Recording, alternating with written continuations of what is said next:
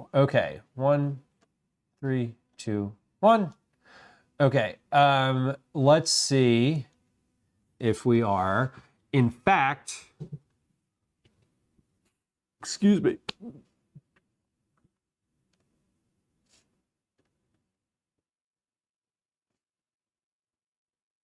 Okay, that one looks good. And then this one looks good. Why are there two of them? What the fuck? That's not right. Hold on. Okay. One of these should be vertical.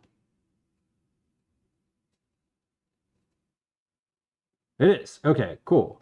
Sorry. I'm just I'm making sure this is live. Alrighty. Hello YouTube. We're live on you. I guess. I hope. Hey, if you're in the Twitch chat, there's a link to the YouTube.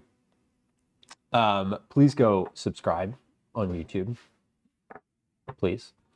Please. I'll wait. Kathy, hello, welcome in. Happy Tuesday. Okay, here's what we're doing today. We have two things that are happening, two main things plus a third thing that happens regularly. One, we're working on a recipe. This is a, what are we calling this? We're calling this asparagus puff pastry recipe.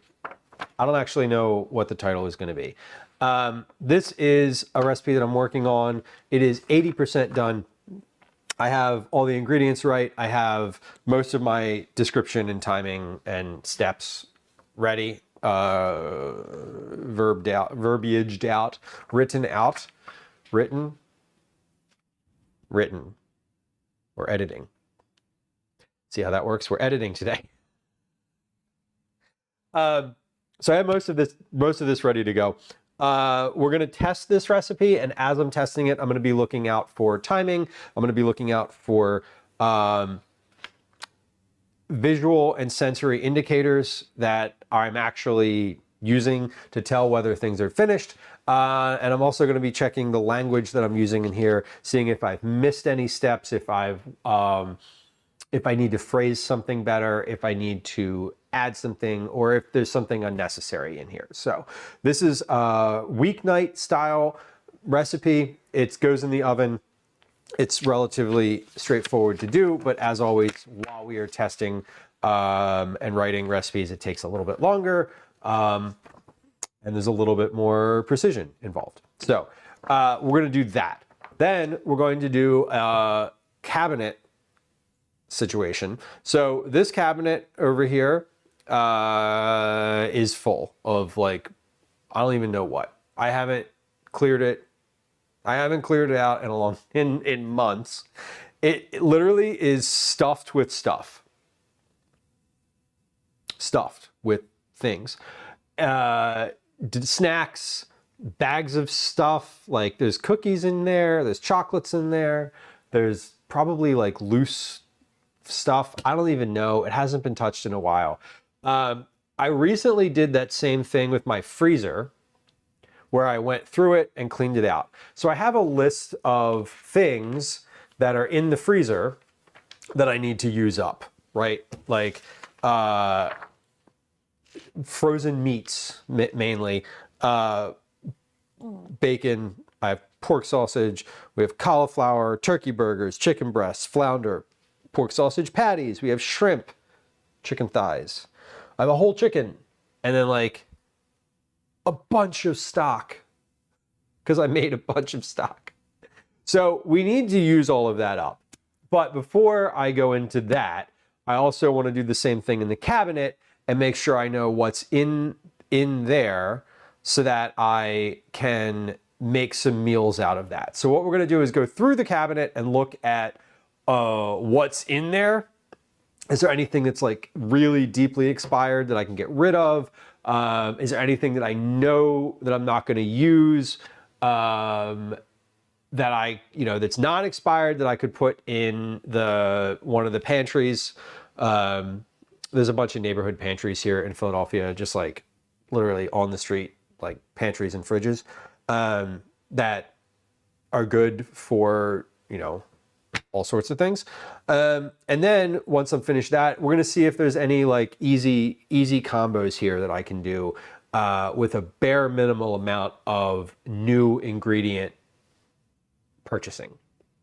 So we're gonna try to make like 5 or 6 meals that I can pull together out of the cabinet and the freezer from things that I already have, and then things that I can make. Like if I'm doing a focaccia bread, for example, could I use some of the meat in here? If I'm doing, if I wanted to make an omelet, could I do that? If I wanted to make quiche, could I do that? Could I make tacos out of some of the grains, out of some of the meat, and then make tortillas out of the masa that I have? So that type of thing. We're gonna do like a little meal planning and just like discussion around that. Then at the end of stream today, we're gonna do our cookie club drawing. So if you had entries in Cookie Club for December, your name is in this little container. We're gonna put those in a bag, in our normal copper bowl, and we'll draw names for that this afternoon at the end of stream. So thank you for the link in chat. If you're curious about like, hey, what's Cookie Club? There's a link in chat for that, Command Cookies, if you want to get that later. We also have quite a few people who had anniversaries this month. In addition to our Tier 3 subscribers, we have Carly Mags, Megan 8, Fisty Foods, Just Jamie, Luke Skywalker, and Megan Splawn all had 6+ month anniversaries this month. Carly Mags was 12 months, Megan 8 was 18, Fisty Foods was 24, Jamie was 24, Luke Skywalker was 24, and Megan Splawn was 36 months in December. So all of those folks are getting cookies if they want them. I'm gonna reach out to them on Discord this evening. Anyway, we're gonna do all that during stream today. If we get to our, we're going to get to the Cookie Club drawing. That's important to do because on Thursday, we'll be making cookies on stream. The cookies that we're making this month are Rice Krispie cookies with chocolate chips. They are basically chocolate chip cookies with Rice Krispies in them. Thank you to Liz, one of our wonderful moderators, who once again provided us with an easy, delicious sounding recipe that when I went to their website to print it out no longer existed, and I had to go to the Wayback Machine and find it from the past. So that's what we're doing on stream today. Hopefully we get through it. And that is that. So that's what we're doing today. Any questions? Couple housekeeping notes. I keep mentioning Cookie Club. We're going to do the Cookie Club drawing at about 5:15 p.m. Eastern today. So I will say that again and again and again. That's note number 1. Note number 2, follows are silent. If you follow the channel, there's no sounds, there's no alerts, there's no box that pops up over here. If you subscribe, there is a little box that pops up. Please subscribe. Thank you.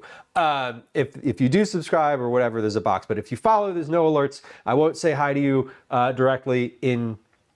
I won't ask you questions. Feel free to just lurk and enjoy that. And then I mentioned 5:15. That is because we have a hard stop today at 5:30. Which leads me into my last announcement, which is that we are going to be adjusting schedule.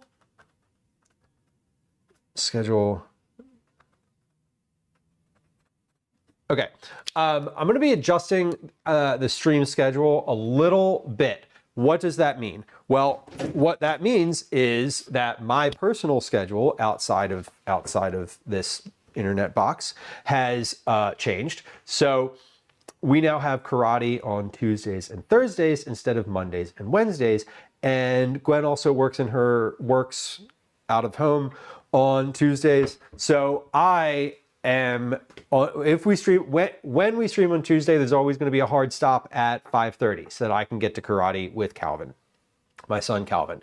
If you're not aware, the dad thing isn't just a name. I am actually a dad, and my son does karate, and I take him to it.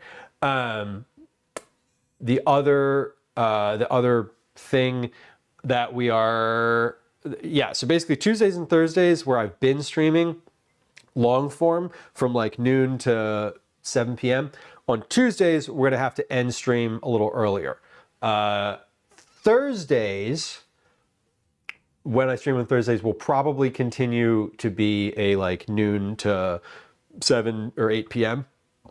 stream. So that'll continue to be a long form stream as it has been.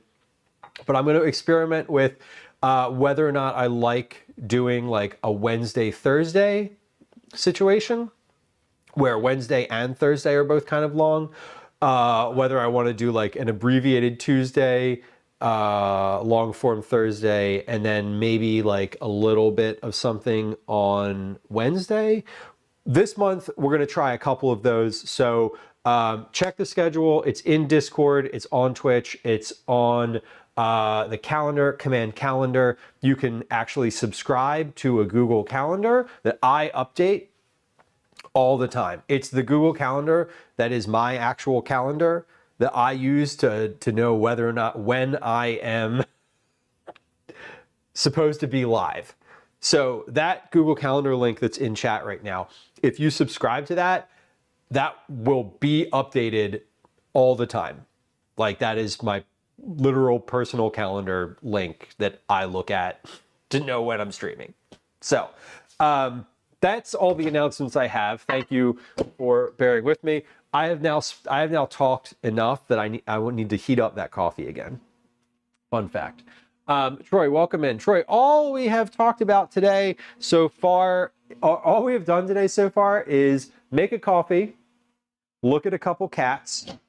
I ran upstairs to get the recipe off my printer, and that's it. I haven't done any cooking yet today. So I've literally just been like speaking for a fucking hour. Oh my God. Y'all, I'm so sorry. Sometimes I get caught up and then like I don't I forget to like do the thing I'm doing on the internet. Sometimes it just turns into a just chatting stream, or sometimes it starts that way and it never ends. Anyway, I do need to test this recipe though. So if nothing else today, we have to do that. I'm gonna do that first, because if I try to do all the cabinet stuff, it's gonna end up being like 1600 4 p.m. and I'm gonna be like, oh no, I didn't start the recipe and we still have the cookie club thing. So I'm gonna do the food first, and then we can like leave the food on the counter here so that while I'm doing the meal planning stuff, when people are like, hey, what are you cooking today? I can be like, these, they're done, look. And then, yeah, anyway. So we're gonna do that first. Yes. A fun place in University City. Enjoy. Enjoy. I hope it's one of those places where you can hear people arguing about classwork on their computers. One of the fun things about University City, for those of y'all who are like not from Philly and are like, Troy, what's Troy talking about? I don't know what he means. University City is where the University of Pennsylvania is, both the undergrad and the graduate school. It's also where Drexel is. They're literally next to each other. And then there's a bunch of like high schools over there, like magnet high schools that kids travel from throughout the city to go to. Anyway, there's like a bunch of college folks over there. And when I say like people arguing in coffee shops, it's always funny because you can go to University City and sit down in their coffee shop and there's like always people talking about weird, it's like the topics are always like very interesting. I don't know. Okay. Liz, hello.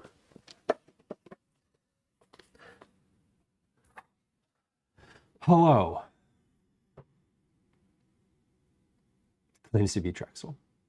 No arguing yet. Fair. Liz, are you open to hearing a compliment? I have one. I have one for you. If not, I will send you a message. Anyway, we're gonna get started on the We're gonna get started on this recipe, and I need to like prepare my notes, or prepare my what am I preparing? I need to like preheat the oven and do some like basic stuff to start. Liz, I listened. Okay, good. I listened to your chat with Shayna on the Sharp Balloons channel. Oh my God, I learned so much. And it was not a ramble. So I have listened. I don't know if y'all know this. I used to work in a field where I spoke to customers all day. Like people who are company owners, like chief officers of companies, right? And there's a level of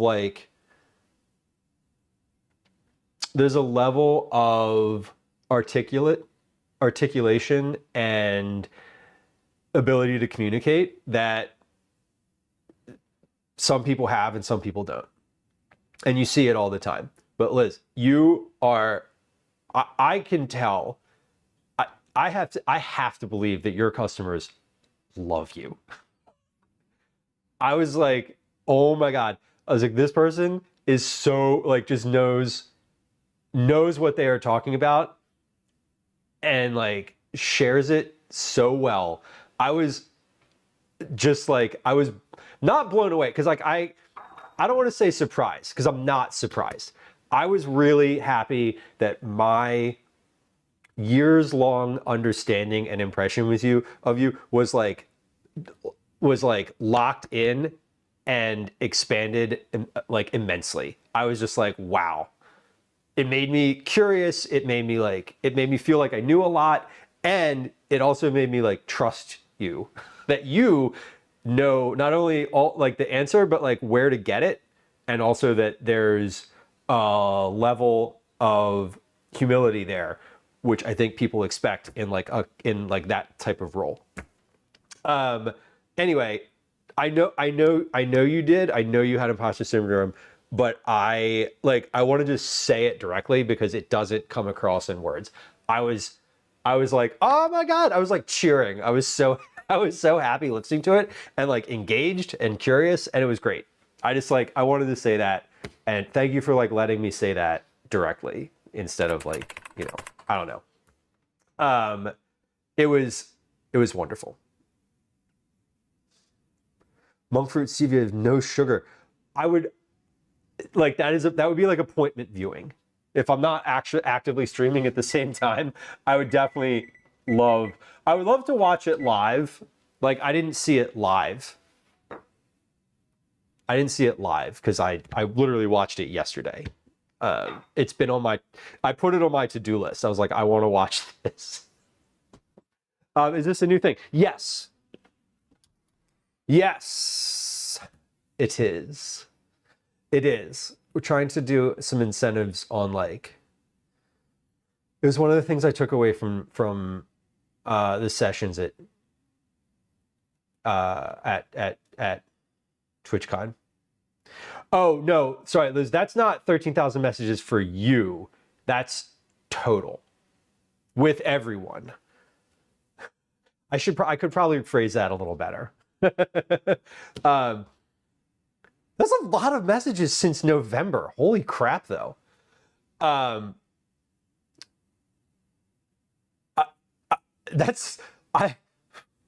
God. It doesn't count all the messages either. It doesn't, some of them it doesn't count. It doesn't count check-ins. I don't know. Whatever.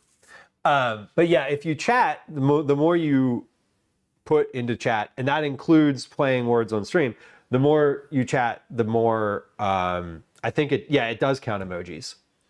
I think it doesn't, I don't know what exactly it doesn't count. I can, let me actually take a look because now I'm curious. Counters, chat counter. Okay, so okay, so it doesn't count bots. I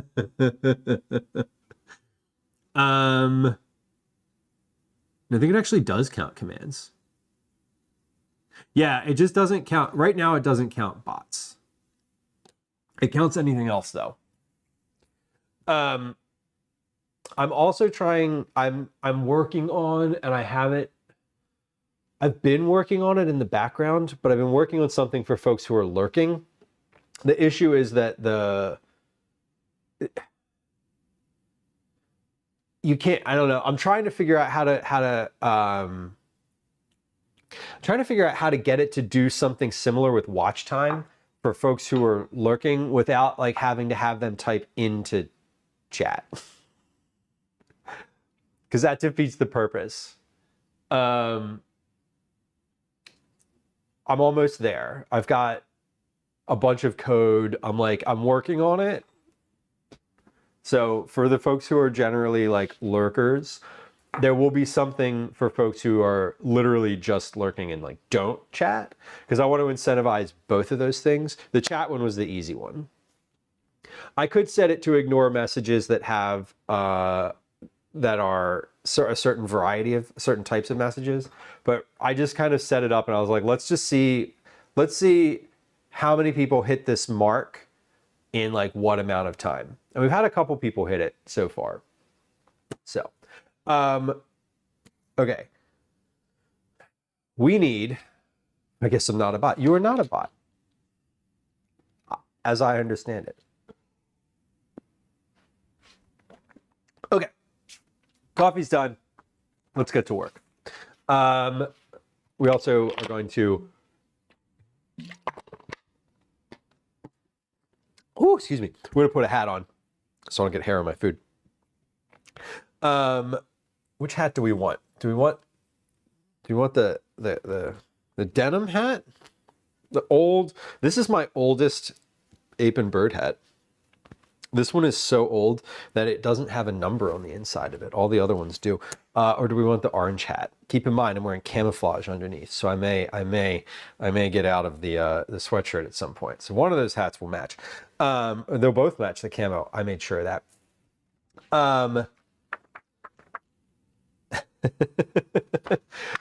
Caramel corn for the September incentives. Yes. Yeah. The September stuff. The pecans, I would love to send the pecans out. They are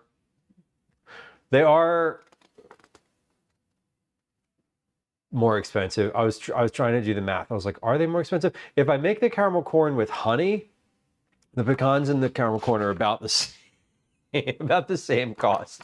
If I make the caramel corn with Caro or corn syrup, the caramel corn's way cheaper. You're right. The honey's expensive though. Although maple syrup and pecans are both like limitingly expensive if you're making a huge batch of them. Although, I make a huge batch for myself. I wouldn't mind sharing. Let's get our ingredients out here. Kosher salt and black pepper. So that's an easy one. We have kosher salt. I have my pre-ground black pepper. So actually don't need that. And olive oil. So these are ready to go.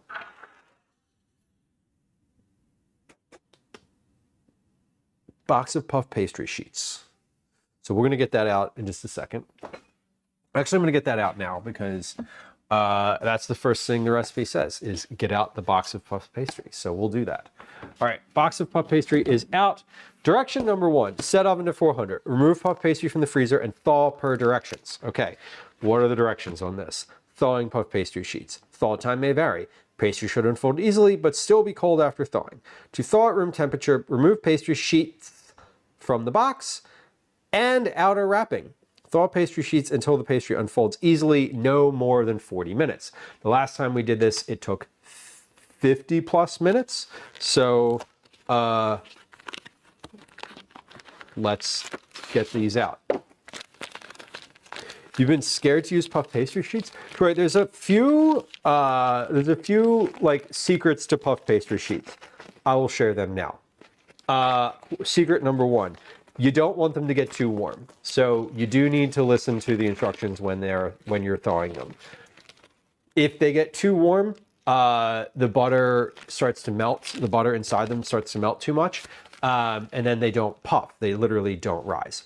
So that's secret number one. Secret number two is if you're cutting them, or rather if you're rolling them, don't press them too much. That pushes the layers together and makes them also not rise. Secret number three, if you're cutting them, you want to use a sharp knife or a pizza cutter because the pizza cutter and the knife will make a clean edge. Don't use a butter knife. Don't tear them. When you tear the edge, it tends to press the layers together and it won't rise. What you want to get out of a puff pastry is rise. That's the whole reason you use this. And if you let it sit out too long, if you press it too much, or if you cut the edge too much, it won't rise. Other than that, they're really pretty forgiving. The only other thing is that if you put something on top of them to not, like if you're making like a Danish or something like that, the area that you put wet stuff on, the area that you put wet stuff on also won't rise as much. You don't need as much material on top of these things as you know, you don't need a ton of material on the top of them. Those are my puff pastry tips for you. Other than that, I think they can be pretty forgiving. If you thaw them too much and they're like a little bit soft, you can pop them back in the fridge for just a few minutes and cool them down again. The other kind of secret to working with these is if you have a cold sheet pan or something that can retain coolness, if you put that on the counter and then put your puff pastry on top of those to work, it'll be a little bit easier because if you spend too long working the dough, if you spend too long working the dough, they get warm and then they stick to whatever's underneath of them. So some tips for you, some puff pastry tips, if you will.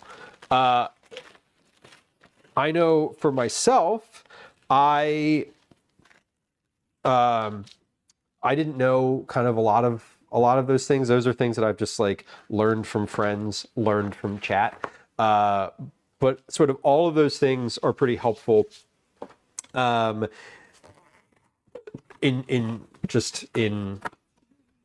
in total, or pick one or two the next time you're using puff pastry, and hopefully it works.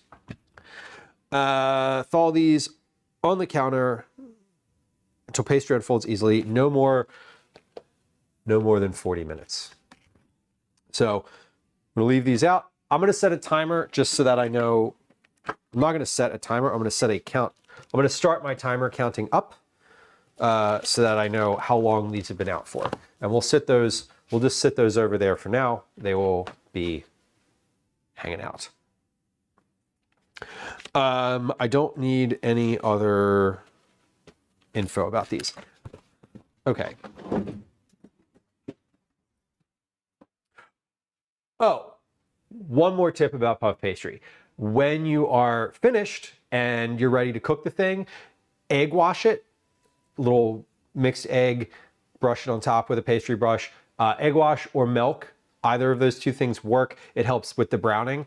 If you have a cut edge on your puff pastry, for example, if you've cut a little slit in the top of whatever you're making so that steam comes out, try not to get milk or egg on the edge of that. Because then it will also sort of make it mushy, and it will help. If you get egg on the edge of the thing, it won't rise, it won't puff in that one spot. So use an egg wash or a milk wash. Don't get it on a cut edge. That's it. That's it. Those are my puff pastry tips. Please enjoy.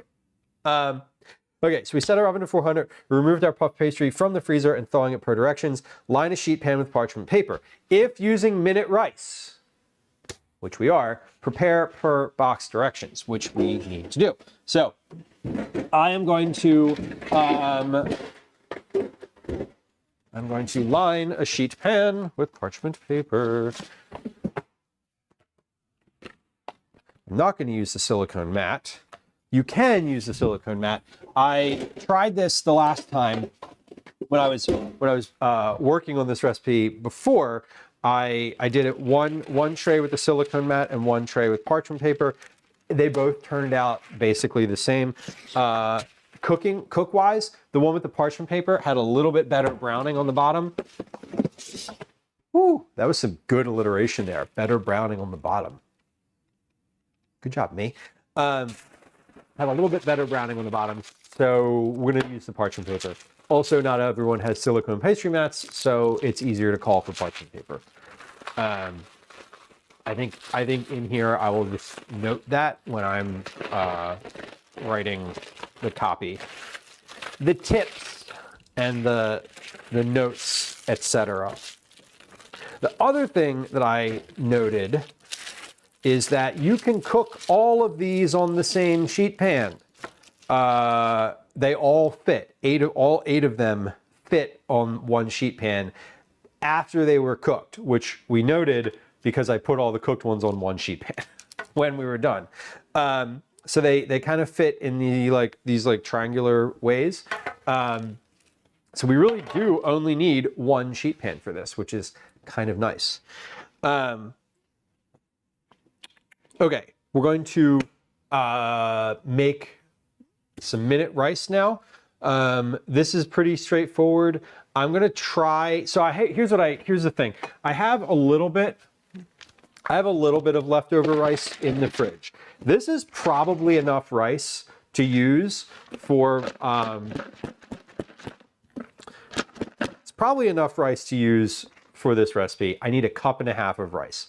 I'm not going to use this right now. One, because Gwen likes to eat this with butter for lunch.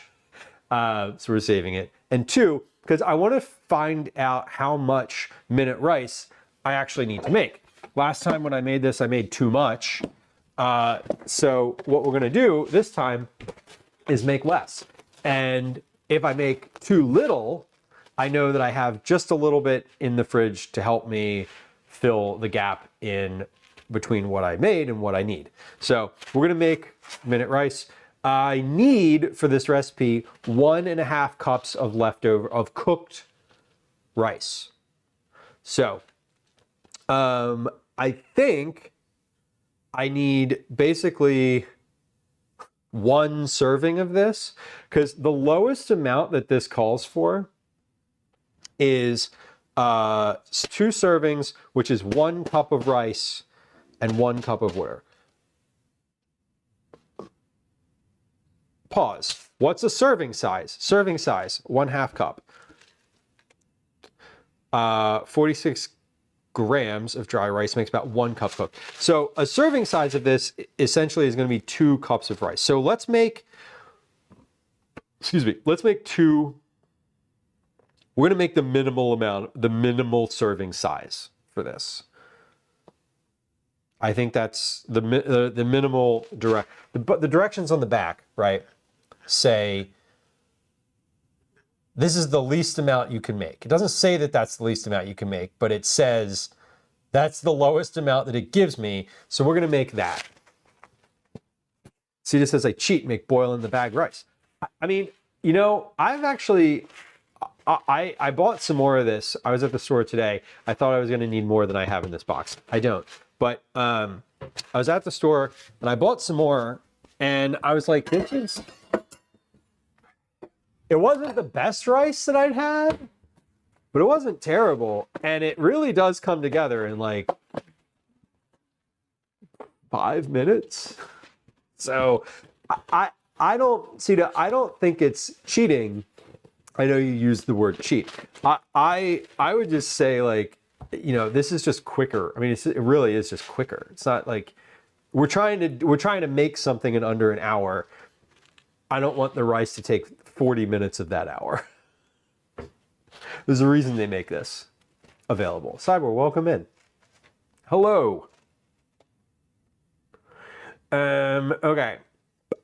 Stove directions. Boil water, add rice, stir, cover, and remove. Wait 5 minutes, then fluff. Cool. Last time I needed to cook this for a little bit longer. I did the 2 cups, and I did the 2 and 2. 2 cups of rice, 2 cups of water. Today, we'll see how it goes. We're gonna do a cup of water, and then this should boil basically in like a minute, right? If I'm cooking with it, I use the fast rice. Yeah, if I was making a dish where rice was visible and more of a main part of it, I agree. I feel similarly. Generally speaking, I'd probably prefer to like just make rice because it's not difficult to do. It really isn't difficult. For this recipe, I based the idea for this recipe off of having leftover rice, which doesn't require any cooking because you already cooked it. And often when I'm like cooking and I've got, I've made rice, there's leftover plain rice. So it's not uncommon to have around. The reason that I'm using minute rice in this recipe is the folks who I'm doing this for were like, hey, what if you don't have leftover rice? Can you still make this quickly? And I was like, well, yes, you could use minute rice. So I'm just going to use that because if I'm saying you can use it, I want to make sure I know how to make it and how long it takes. So not super difficult. And yeah, I mean, this is something where like, if you're putting it into a burrito or something, like you could make this rice and then, I'm literally putting it inside of a puff pastry. You're never going to see it. It's getting mashed up with a bunch of cheese and asparagus. So not a big deal to use minute rice. Now, the directions on the rice box don't call for any type of salt. They do say that you can add salt and add butter to it if you want to like boost the seasoning, but I am not going to do that because it's not in the directions on the box. So I don't want to, again, when I'm cooking rice and I'm cooking it for myself, I would generally be adding a little bit of butter, a little bit of like salt or something to the water that I'm cooking it in, but we're not, because we're doing this for a recipe. So asparagus in January, they had it at the store. I think it came from Mexico. The prompt for this recipe was not a seasonal vegetable. It was like typical things that kids don't really like. Asparagus, beets, Brussels sprouts, like that type of thing. Like, how do you sort of introduce those things in an easy to, in a way where a kid might be like, sure, I'll give it a try. Like handing this to your kid, this cooked thing to your kid and being like, here, eat this, is very different than covering it with puff pastry and cheese. So that's what we're doing today. Okay, this is boiling, or about to be boiling. Almost. We're not at a rolling boil yet. I want it to be at a big bubble boil.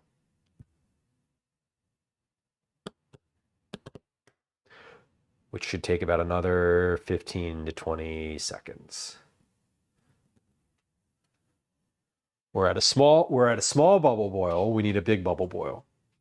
That was the second B alliteration thing that we've done today.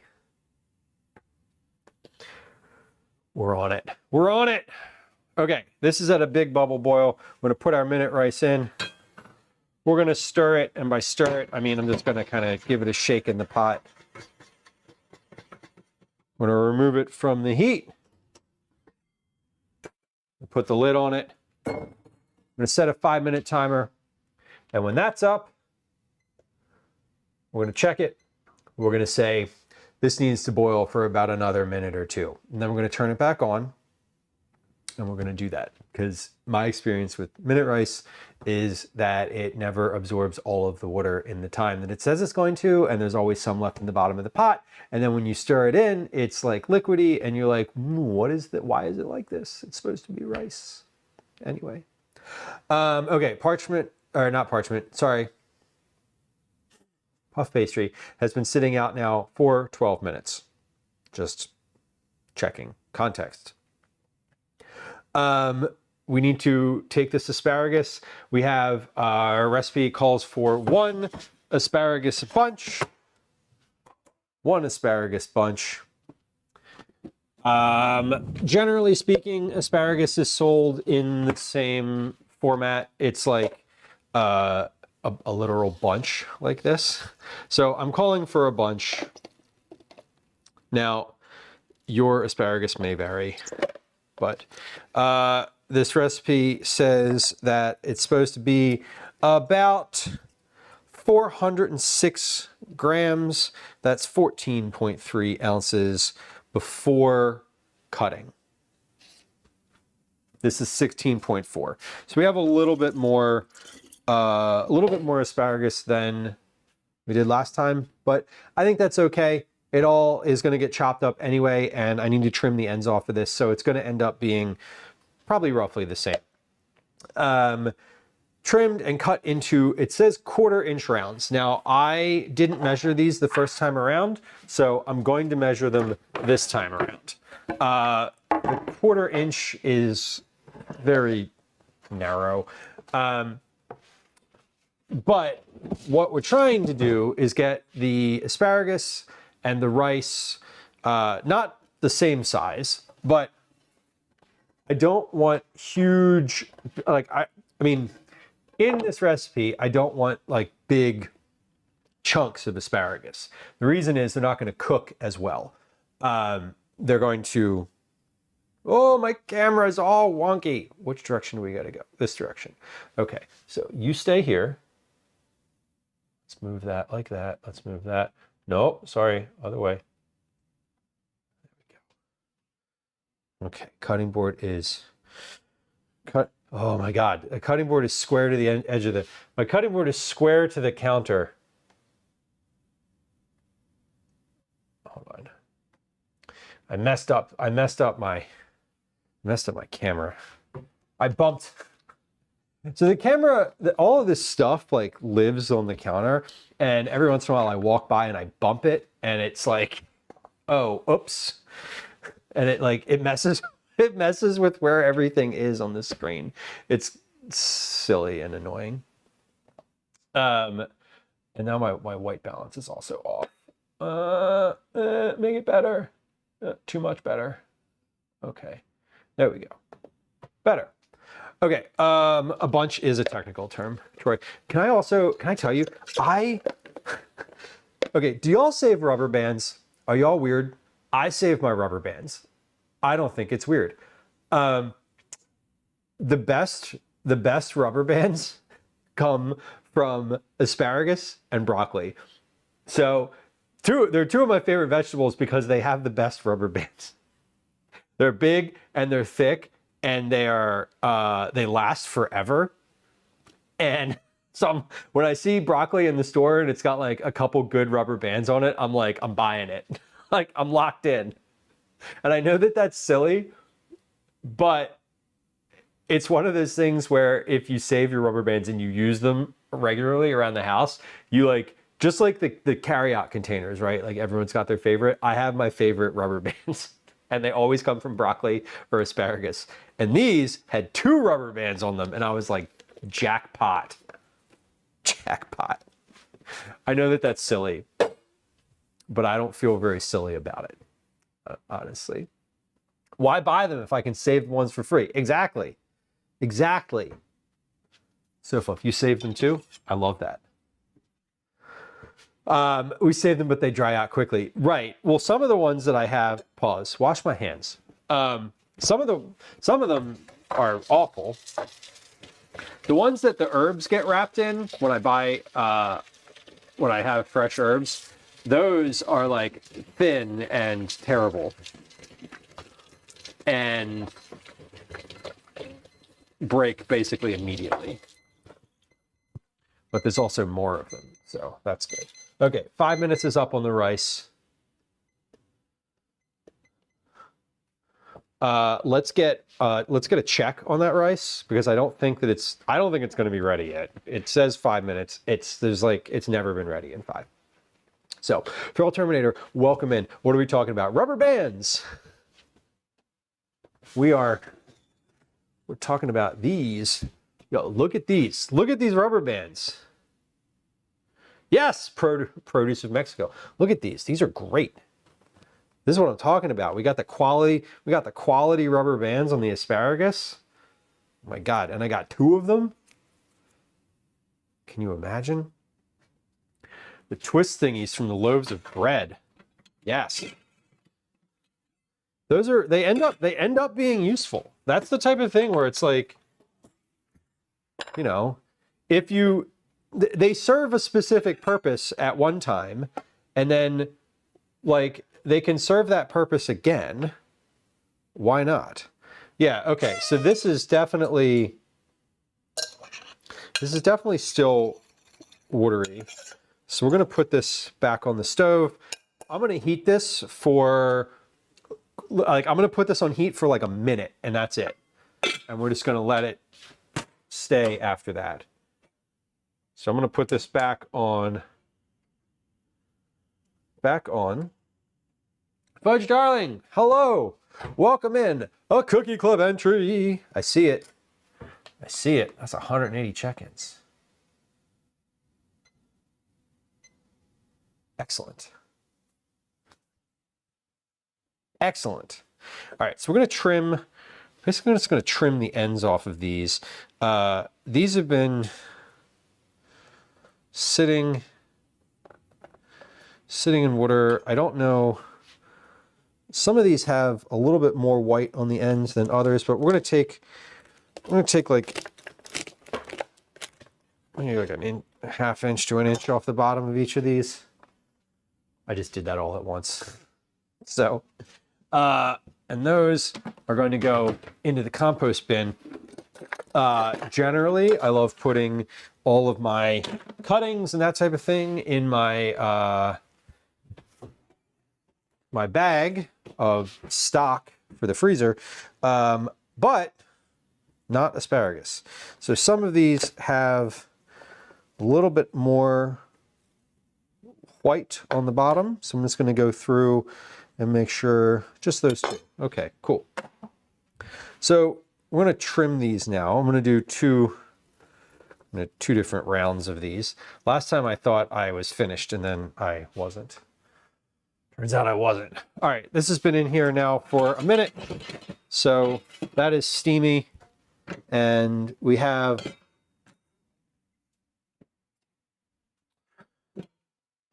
that ready to go here. This is, like I said, this should be good now. We can tip it up and there's no water in the bottom. So this is good. We're ready to go here. This made, I don't know how much rice this is volume wise. It's somewhere between 1 and 2 cups, which is exactly what we need. Recipe calls for 1.5 cups. So I think this is good. I'm happy with where that came out to. So I'm going to put this just back on the stove. I'm going to pop the lid back on. It doesn't need to rest or, you know, it's just going to be ready when we're ready for it. So asparagus trimmed and cut into 1/4 inch rounds, about 2 cups it says. So we basically want to fill this cup measure with asparagus rounds. So it says about 302 grams, 10.6 ounces of asparagus. The recipe is not going to say that. It's going to say rounds, about 2 cups.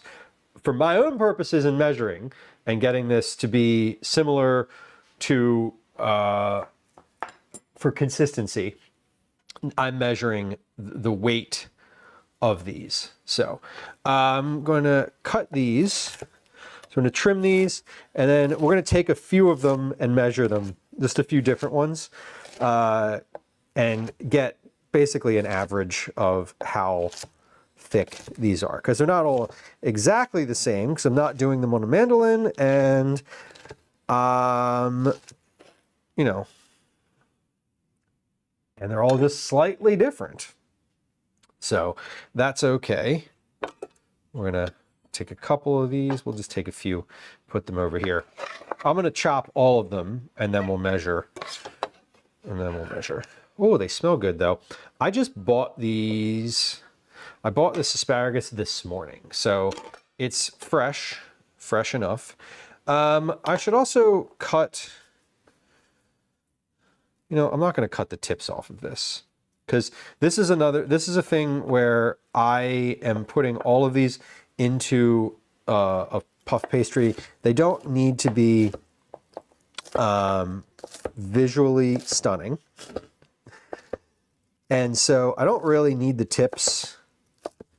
Often when I'm doing anything with asparagus, I'll cut the tips off separately so that they stay tip looking, I think that's a technical term, so that they stay sort of nice looking in the dish. In this scenario, I'm not doing that because I don't really care. Because they're all getting together in the same pan. I'm sauteing them all at the same time, and then we're putting them with rice and cheese inside of a puff pastry. There is no visual of the asparagus here, so the tip consistency is not important. Okay, and I keep trying to put too much in this glass at once, so that's a little, about a cup and a third, cup and a quarter, call it, which is good. We take a couple pieces out of here, and we're just gonna, like I said, when I'm finished chopping these, whoop, that's a little white end there. When I'm finished chopping these, we'll measure the width of these rounds so I can get a more accurate gauge on what to say here. That piece was like, no, I will not be cut. Thank you. That one refused to be cut. I think I need to cut these. That was too many at once. The knife is sharp, but I need to be able to handle all of that asparagus at the same time. And I cannot. And so I want to do this safely, in addition to efficiently. So this is, again, this is just a very straightforward recipe. The only thing that actually requires prepping here is the asparagus. I'm prepping the rice on the stove because I want to make sure I have, make sure I know sort of that you can fit the minute rice into the cadence of this recipe. So there's that. D Gamers, welcome in. Hello. Hello, welcome in. Friends who just joined us, good to have you. D Gamers, a regular friend of the stream. Good to have you come through. Nice. Happy Tuesday. Happy Tuesday. Stone Father, welcome in. Hello, friends who just joined us, or friends who are here. D Gamers, friend of the stream. Would certainly appreciate a follow. They are free. They are easy to do, and they're always appreciated.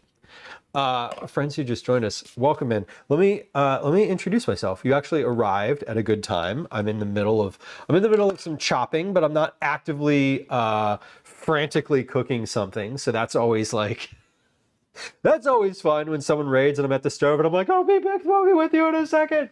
Hold on. Anyway, welcome. Welcome. My name's Lou. I am a dad. It's in the name. There it is. Yay. I'm a recipe developer, tester, home cook, parent, obviously parent. I live in Philadelphia. My pronouns are he, they, and it's nice to have you. Stream here, what I stream about is almost exclusively food. It's a lot of home cooking, recipe development, testing, mostly vegetable forward family meals. We do some baking, we do some meal prep, we do prepping for trips. We make cookies. We're making cookies on Thursday of this week. Sometimes I do IRL streams out in the world. The most recent stream before this one was an IRL stream. Our chat, our community, the folks that hang out here are pretty chatty, mostly about food, but also just like life in general. Everyone here is very kind. Some people are kind of weird. We're a little spicy. I like a good innuendo. I don't get jokes, so if you're making a joke, please feel free to use the joke emote. And it's a safe space to lurk. So if you're a lurker like me and you just came through, please feel free to hit the follow button. I won't say hi to you. I won't call you out in chat and ask you a bunch of questions unless you say hi first. So welcome in, and I appreciate you raiding. Also, D-Gamers, good to see you. I have a feeling I made this last year. You got jokes. I think that was a joke. See, like I said, that might be a joke, and it might not be a joke, but I took it as a joke because the last time I made this was in 2025, and it was last year, technically. Okay, so this is about just a little bit more than 2 cups, but if I tap this down, watch how this goes. We're gonna...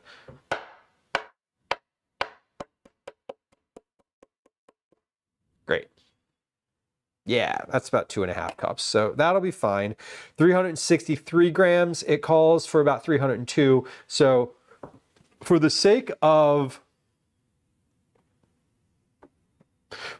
confirming that it's about two cups is about 300 grams, I'm going to take about a half cup out of here. I'm going to give this a little shake. I'm going to play 2. That's 202 cups. That's 299. Okay, good. So this is good. About 2 cups of chopped asparagus is like what you want. I am going to add that half cup back in because what the hell am I going to do with half a cup of chopped asparagus as a leftover? I'm not. I'll tell you what I'm going to do with it. I'm going to look at it in the fridge in like a week, and I'm going to be like, oh, that's so sad. And then I'm going to put it in the compost. Anyway, starting to check. Hello, welcome in. D-Gamer says, I played Saint Row the Third. I'm unfamiliar. Friends, I'm not a gamer. I'm assuming that is a game. I'm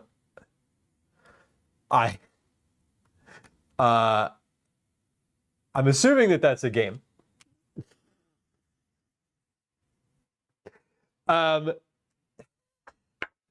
Is this new? Is it old? Is this like a Steam game? What is the nature of this game? Is it your first? Is it? I'm gonna use some terminology that I know because I've been on the internet. Is this your first playthrough? Am I using that? Is it even something that you can play through? It used to be an Xbox 360 game. Okay. Can I ask an even stupider question?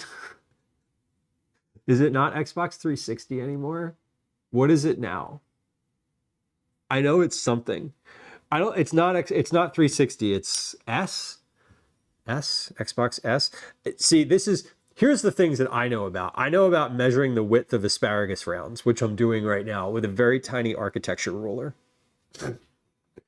Okay, this is, yeah, a quarter inch rounds are quarter inch or less. Okay, it's been remastered. So you're not playing it on an emulator. So Stonefire says, listen, you don't know anything. No, you didn't say that. I'm putting words in my own mouth. Went from Xbox to Xbox 360 to Xbox One, and now the Xbox Series X, Series X or Series S. Okay. I have one of those in the house. There is one of those in the house. This is brilliant. It's like when your little sibling wanders into the kitchen and starts trying to talk to the parent about Fortnite. Now, Emma, 1, hello. 2, I know about Fortnite because my partner plays Fortnite and enthusiastically. So I know a little bit about Fortnite. I know that she plays it on a PS5. Robbie says PS1, 2, 3, 4, and 5. Okay, yeah, she plays it on whatever the newest one is. So that's 5. She used to play it on the Xbox, and I don't know which Xbox. I'm assuming it's the S or the X. Probably the X. Is there one that you can put CD? There's one of them you can put discs into, right? Or do we have games on USB cards now? Do they come in some other format other than discs anymore?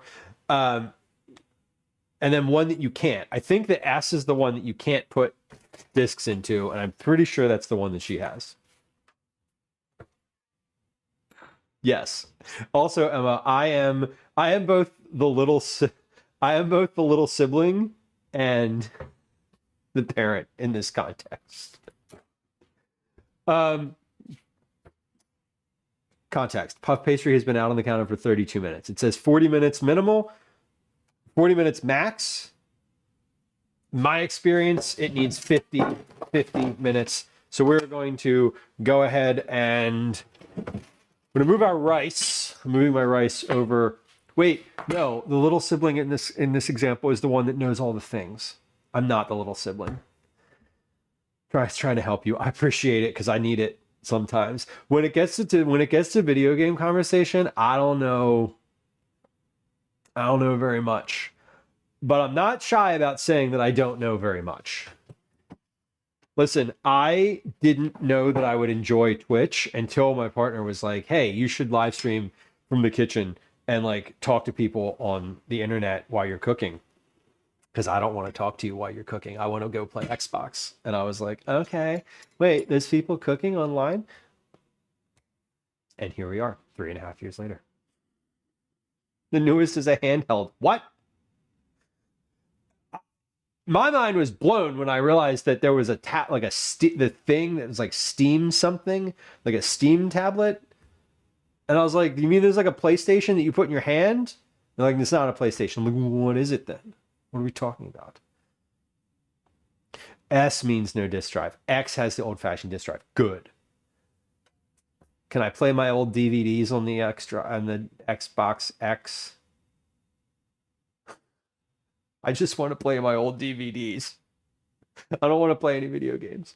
I think Xbox would be a bad. I don't think you should buy an Xbox just to play DVDs. That seems like a weird investment and an unnecessary waste of money. Is there an Eat It Moms? No. There is Dinner with Mom, though, who is a fellow live streamer. Also, I think she's more. I think she might play video games. I don't actually know if I've ever seen her play video games.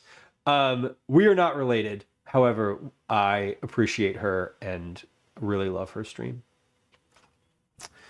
Have we rated there recently? I don't remember. Carly, welcome in. Hey, Carly, you are one of our December Cookie Club automatic recipients because you have been subscribed for 12 months in December. Just FYI. We're doing a Cookie Club drawing today at 17:15 Eastern Standard Time. That is 5:15 p.m. You do not need to be present to win. Also, Carly, you don't even need to worry about it. I'm going to reach out to you. I'm going to reach out to you this evening on Discord. I don't remember if we've communicated. Wherever we've communicated before is where I will reach out again.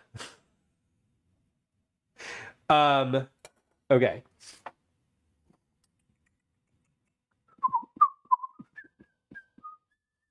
Into a lidded 10-inch stainless steel pan. Lidded, right. Oh, I forgot. We're doing the lid this time. We're doing the lid. Last time I cooked this without a lid, and it took forever. It took a long time. Into a lidded 10-inch stainless steel pan. That's one of these. Or cast iron pan set to medium. Pan. Medium. Medium on this stove is 4.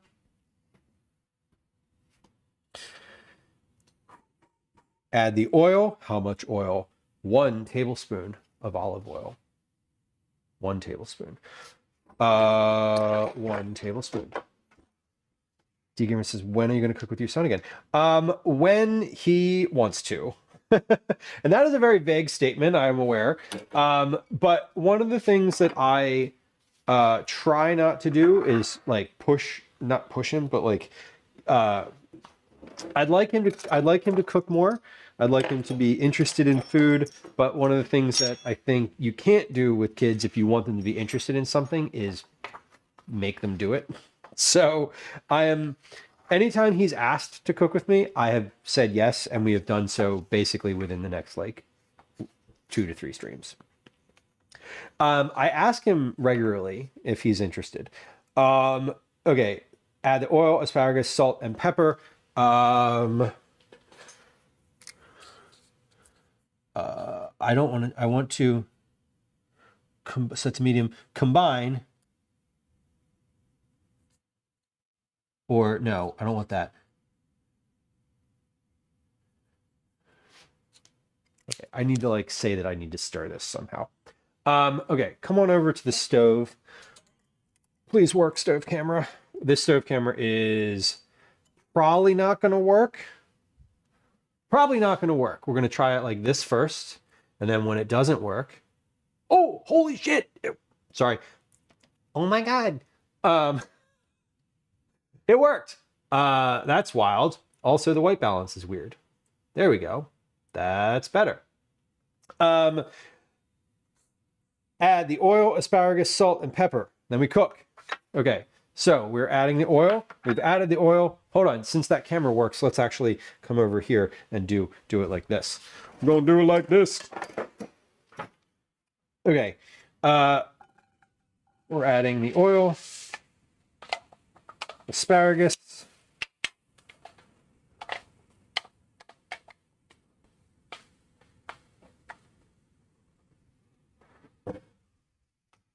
salt. I am adding a teaspoon and a half of salt. There's 1 teaspoon and a half a teaspoon. I'm adding a teaspoon of ground black pepper.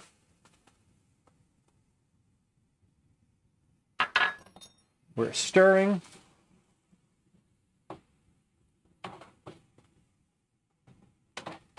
And stirring and covering. So I'm going to cover this. I'm going to set a timer for, I'm going to set a count up timer today.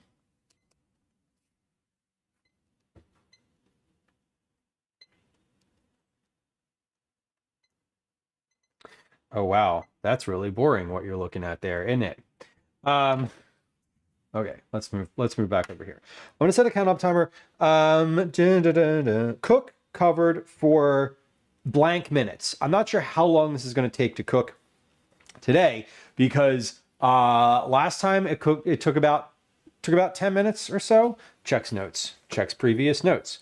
2 tablespoons of oil. Heat, then add salt, pepper, stir, 10 minutes. Okay, yeah, 10 minutes it took last time.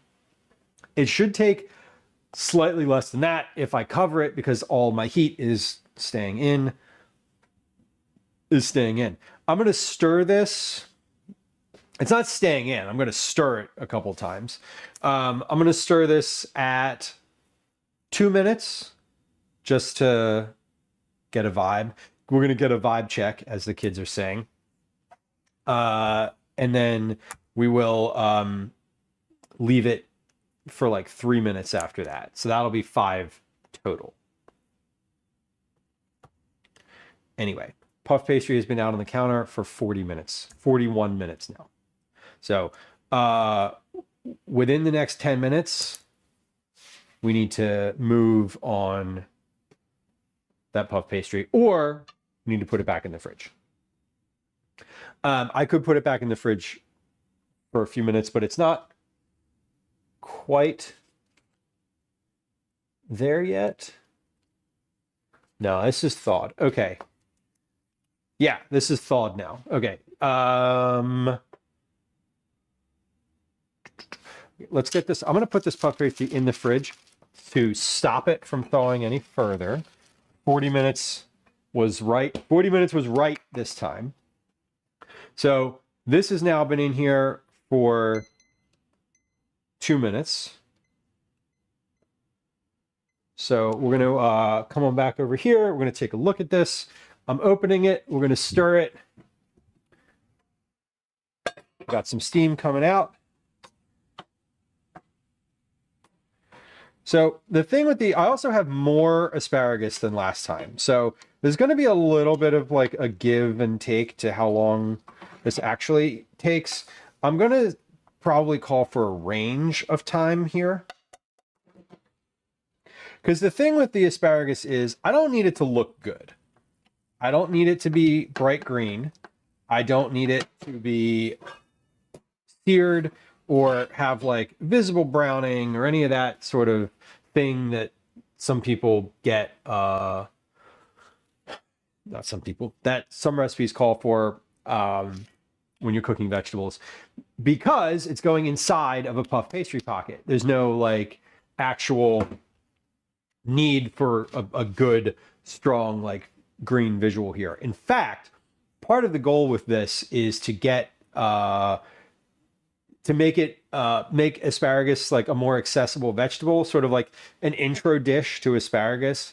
If you've got a kid who's maybe picky, not an intro dish to like how good asparagus can be per se, but an intro dish to like just eating it at all, right?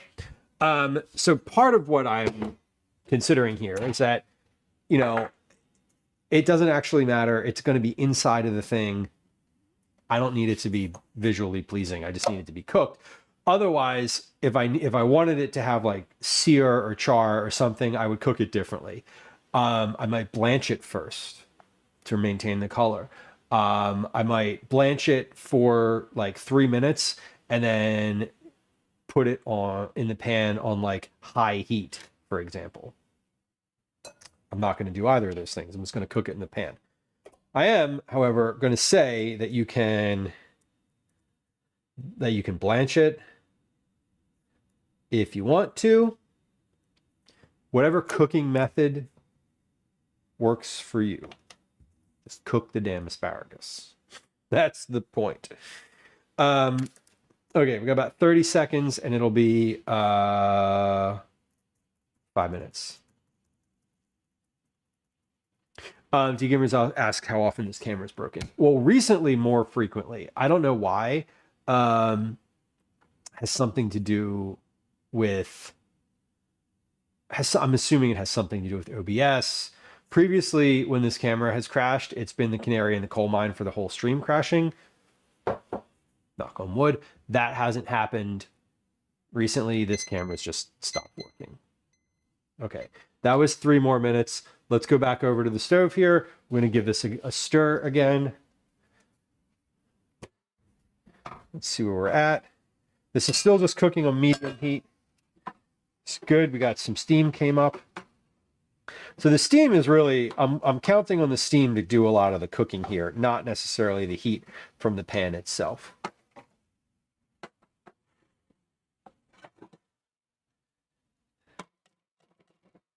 Ellis, hell yeah.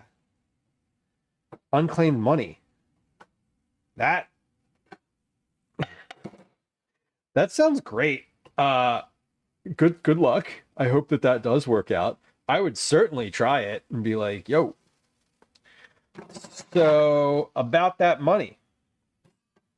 All right, that is, hold on, let me turn that so the handle's not off the stove, or not on the stove.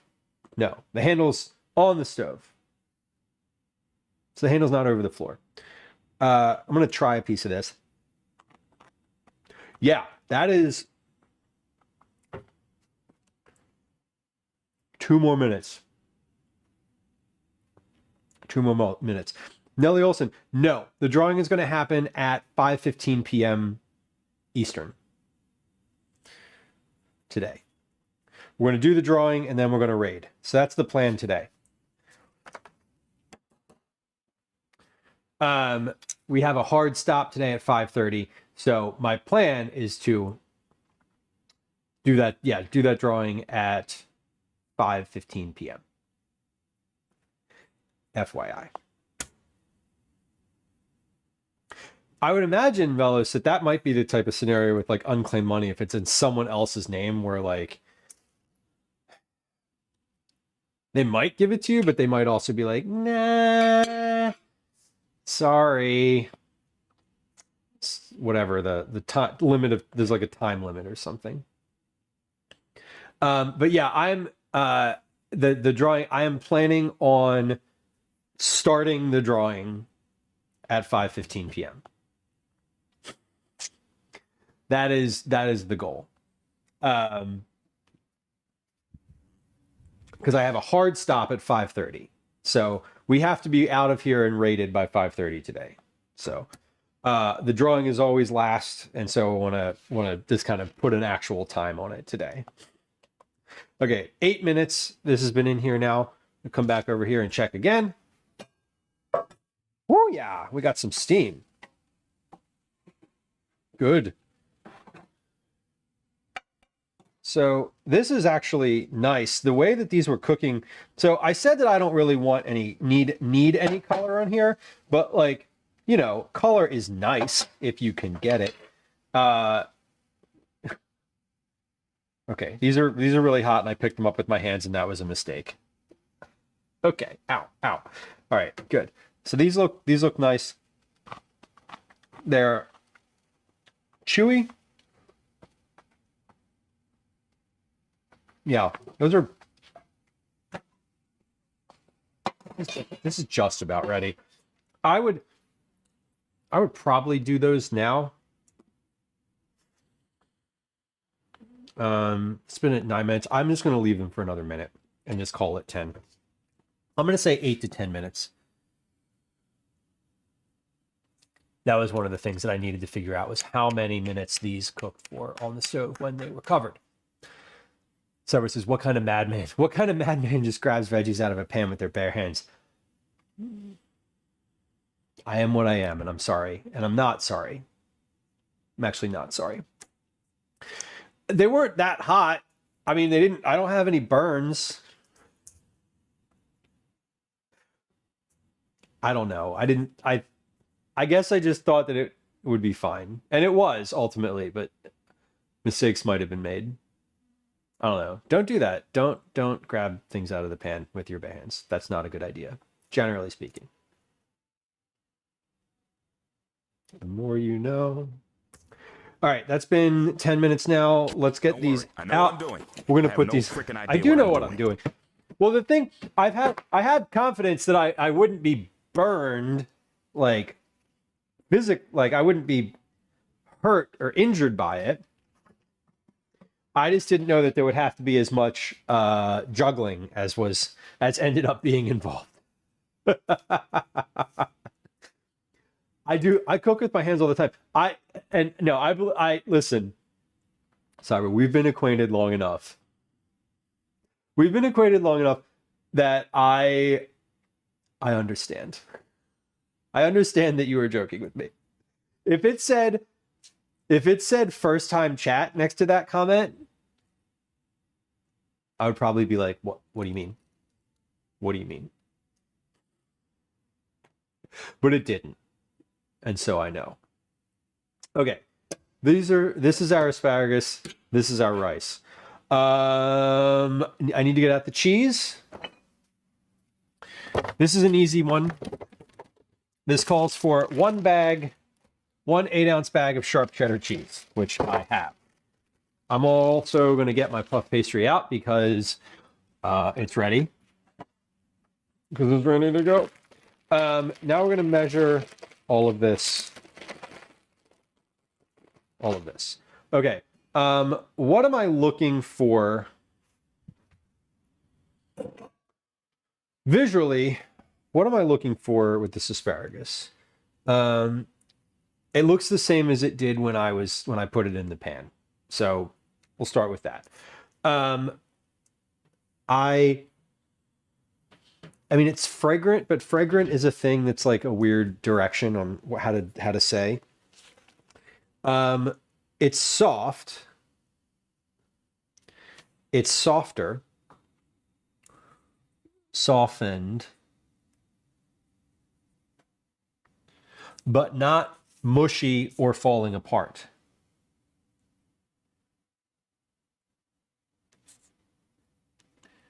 Breaking apart. Okay.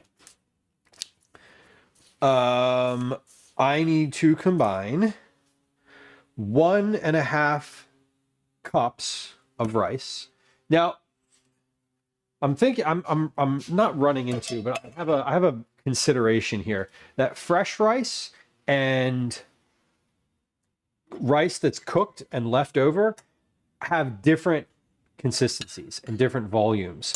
Because rice that's been sitting in the fridge for a while is a bit drier. It's dried out. It has lost a lot of moisture. And I'm wondering if I need to account for that. I don't think so. I think 1.5 at this volume, I think at 1.5 cups, it's not going to be too different. Cooked garlic until fragrant. Right. Visual clues. The other thing that I love in a recipe are audio clues. Like if you're baking something and you open the oven and you hear sizzling, you hear like the little crackle of butter around the edges of the cookies as they're cooking, that's something you should put in your recipe. Like if you hear something in the kitchen and that tells you a bit of information, include that. That's to me, that's a much better indicator than like the word fragrant. The word fragrant just means that it smells. This asparagus was fragrant before it was cooked. It still smells like asparagus, not a surprise, right? Okay, I need 1.5 cups of leftover cooked rice. That was about 230 grams last time. So let's just make sure that we're using about the same amount. No, sorry, it was 241 grams of cooked rice. It was 230 grams of dry rice. So this is half of a cup. We're just doing 1/2 a cup at once.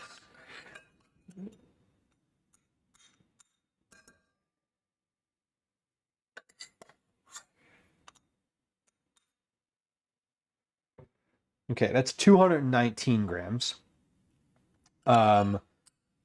which is about right. I just put in like a little scoop because some of these weren't completely full, I guess, to my own sort of standard. My own standard. To the standard of the top, the filling the measuring cup entirely. What do you mean, Lou? Your own standard? Like I have some unique standard beyond 1/2 a cup. I don't have any standards. No, that's not what I wanted to say. That's not what I meant. It is what I said, but it's not what I meant. Like that. I don't have any measuring. Okay, stop talking. There's a little bit of leftover rice here. There's like, I did the 2 cup or the 1 cup of rice, 1 cup of water. That's what's left over in the end here. I don't need, see, I'm doing leftover rice here. I'm calling for leftover rice, so I don't want to add this. Last time I ended up with a little bit of extra filling, just like a little tiny bit. So I know that I will likely end up with extra filling again. So we're going to take this leftover rice and we're going to put this back in. I'm going to put this in the leftover rice container that's already in the fridge. We're going to combine rice here. There we go. Great. I don't need more than what I have.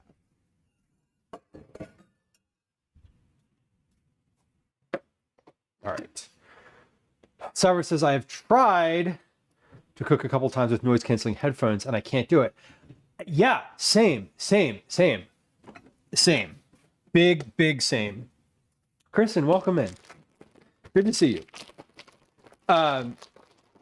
Yeah, so whenever if I'm cooking in the house and Calvin's like downstairs on the couch watching his iPad and like Gwen's downstairs playing Fortnite and like yelling and I can hear that, often I'm like, okay, this is a lot.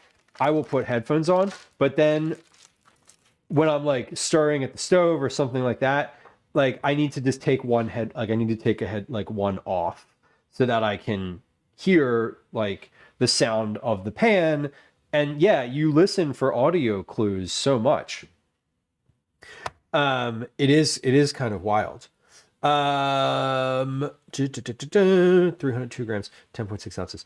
Okay, so asparagus, we're gonna mix this with the rice now. We're gonna mix all of this together. So we're gonna get a big old spoon here. And the asparagus last time, when I stirred the first version of this recipe, ended up being 211 grams of cooked asparagus. So I'm gonna add this in. Let's see how much this is. I had a little bit more asparagus this time than I did the last time I made this. So it's gonna end up being more, slightly more, a lot more actually. Hold on. So that's 230, 31. That's 20 grams more than last time. So this was the ratio.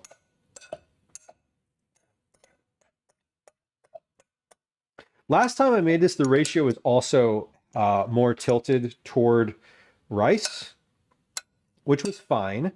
I'm kind of inclined to add a little bit more here this time and just see. I'm gonna add. Let me see. What was that? 211. We're gonna add. Okay. That was 300 grams. All right, so I have a little bit of leftover cooked asparagus in this pan, just like a very tiny bit.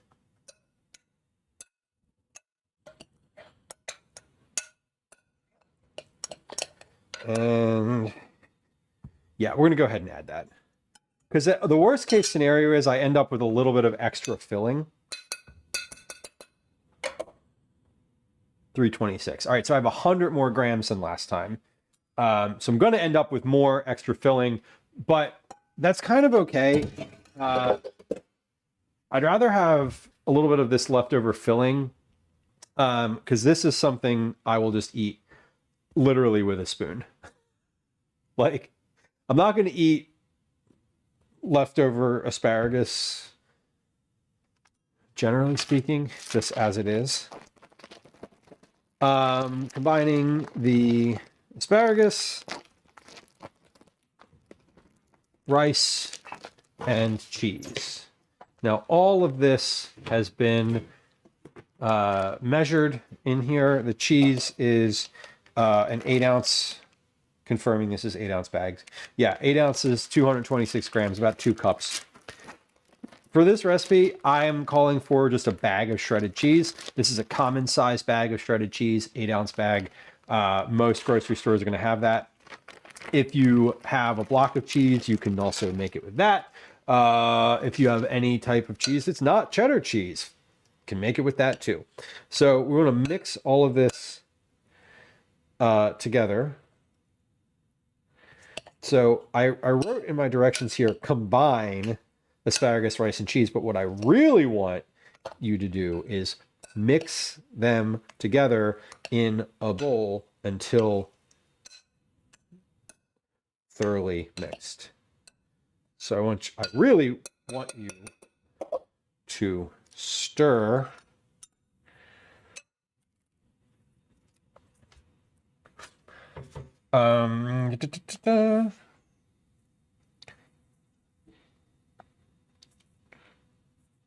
in a bowl Stir together, blah, blah, blah, blah, blah. All those ingredients. Great. Tatsu, welcome in. Hello. Cheese dip. We're not making cheese dip today, although an asparagus cheese dip would be pretty good. I would definitely eat that. We are making a asparagus puff pastry today. So this is a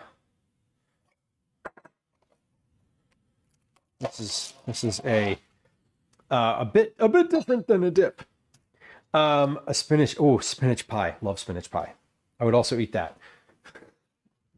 This is the season of the year where I am absolutely craving green things, salads, anything green. You know, we've just come through this season of the year that was all about like pastries and heavy sort of savory casseroles and that type of stuff.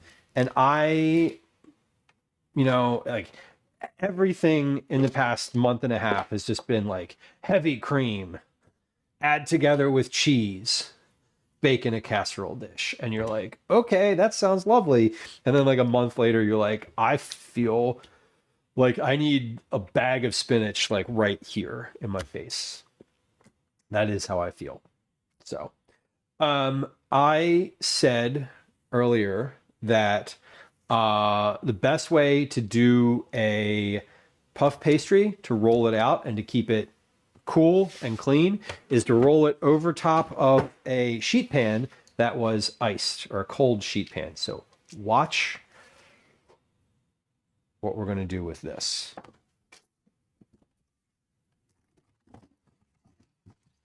This is a bit extra. You don't need to do this. But last time, a friend of the stream said that this would be a good idea to do. And we're going to do it. See how it goes. Anytime I travel. I love these ice packs. They're the best. Okay. So this should be nice. Yeah. Yeah. Okay. Here's what we're going to do. Now this might not work and I might get frustrated with it and I might just be like, we're not doing this, but we'll see. Okay. Oh yeah, this is cold. On a lightly floured surface, on a clean, lightly floured surface or pastry mat, roll the puff pastry into an 11 by 11 inch square. Roll puff pastries, plural, into 11 by 11 inch squares. So I'm going to do that. Lightly floured.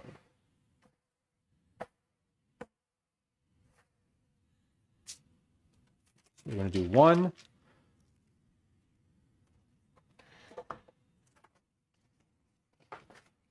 These are ready to go. Okay, so let's do one here. We're at, let's see, at about the 1 inch line. And so we need to get to about the 12-inch line. This is an easy, you really only need to roll this like once or twice.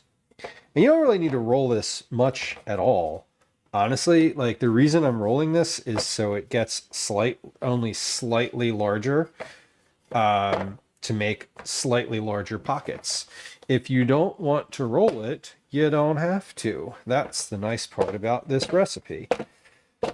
Okay, so that's about 11 by 11. Let's see, 5 to 16. Yep. And 1 to... Not quite 11 on the bottom yet. Almost there. Okay. Great. So we're going to cut these in a moment. I think I'm going to cut these first while I'm just right here. So I'm going to use a pizza cutter, as I said. This is a when you're cutting puff pastry, keeping a clean edge is super important. So maintaining that clean edge is is very important for it to be able to puff. Okay, so we're going to leave, when I'm moving these, I'm transferring these so that they, I have space on my mat here, but I'm going to transfer them back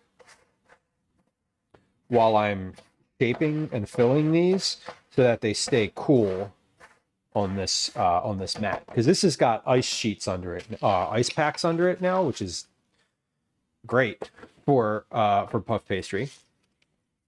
Since we don't have the same capacity of like rolling out ice cream, we're using what we have.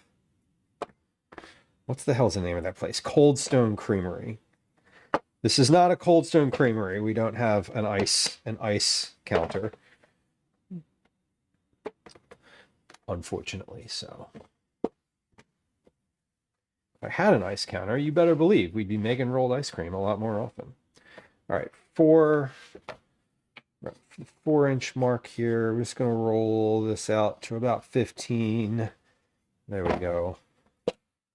Okay.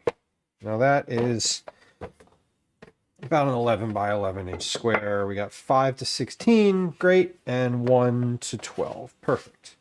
Okay, so we're going to cut this one now into 4 pieces.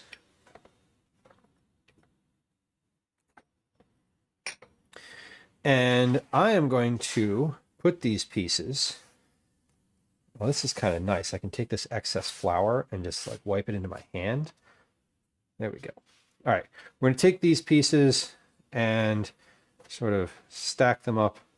Not stack them, but we're moving them to the side where they stay cold. And then I'm going to fill them right here on this tray and then arrange them onto my sheet pan. Because I'm going to put all of them on one sheet pan. This is all going to be sort of a puzzle situation. So this is a, we're sort of getting ready to fill. All right. The other thing that I need before I get to filling is an egg wash. I am going to use an egg wash because I like egg. You could also use milk. Let's get an egg. I want to measure. I want to measure the weight of this egg because that's going to be about the same volume of milk. Basically, when we get there.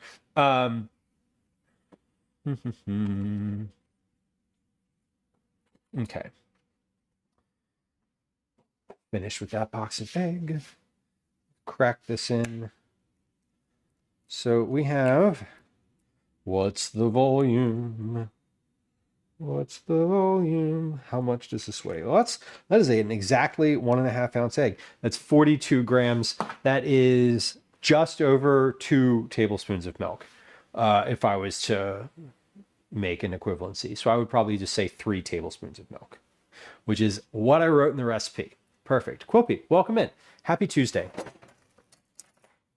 It is Tuesday. Okay, sorry. I was like calculating. I was like, is it Tuesday? It's Tuesday. Oh, I forgot. I forgot to write one of the steps. Okay. So roll the puff pastry in a square. Cut into 4, working one at a time. Egg wash edges roughly. How much of the egg? So I want you to egg wash. I want you to egg wash. Oh, about a half inch of that edge or so.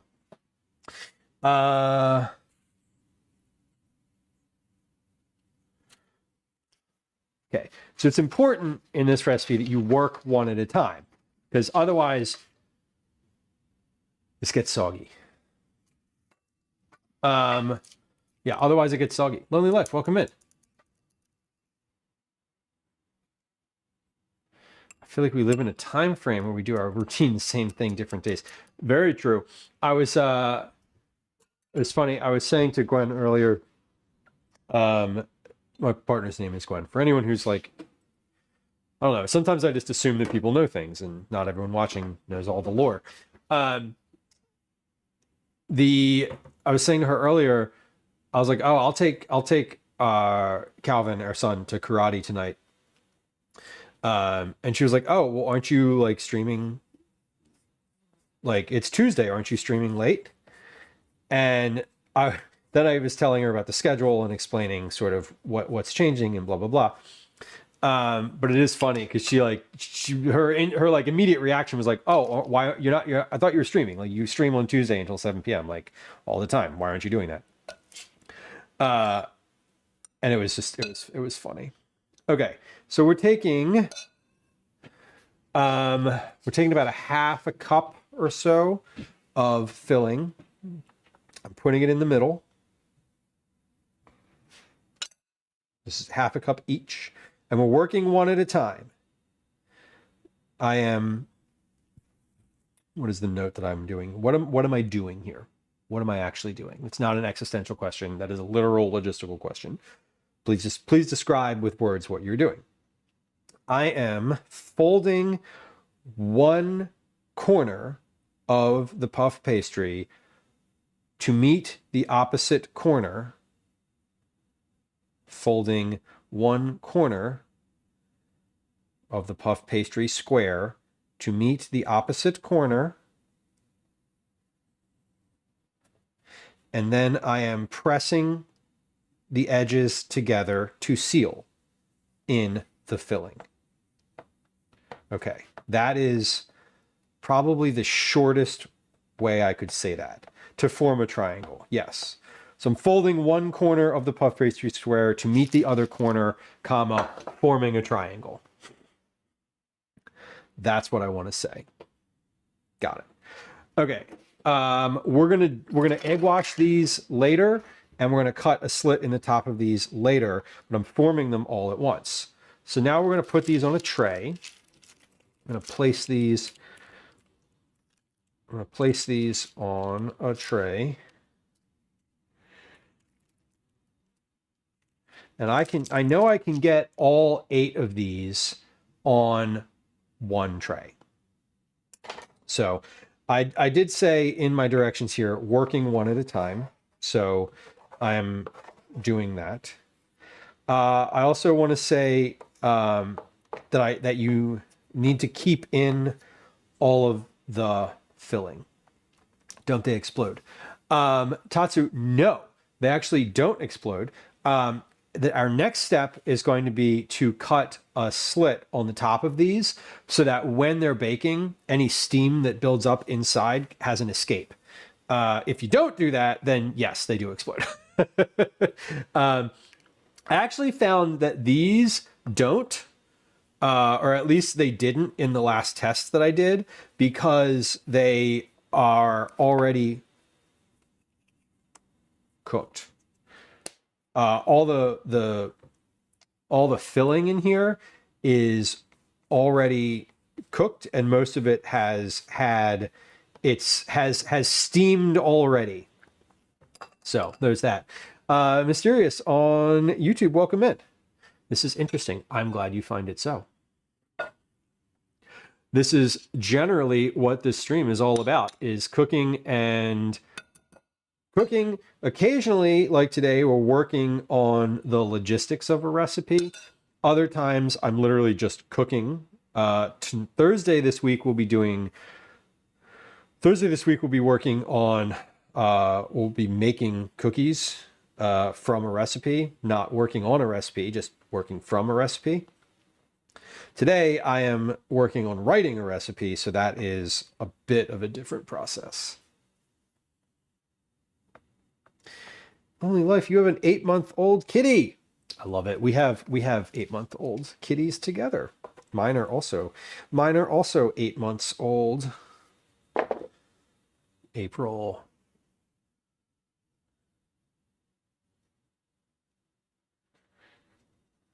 Yeah, 8 months old. It'll be 9 months this month. So this one had a little bit of a tear in it, so I'm pressing it together. I'm pressing it together so that it ends up so that it doesn't explode out the bottom. Got mine when she was 7 months old. That's super cute. How did you come by a cat? Was this an intentional acquisition, or did the cat lottery assign you a cat? So, Fluff, thank you for the shout out.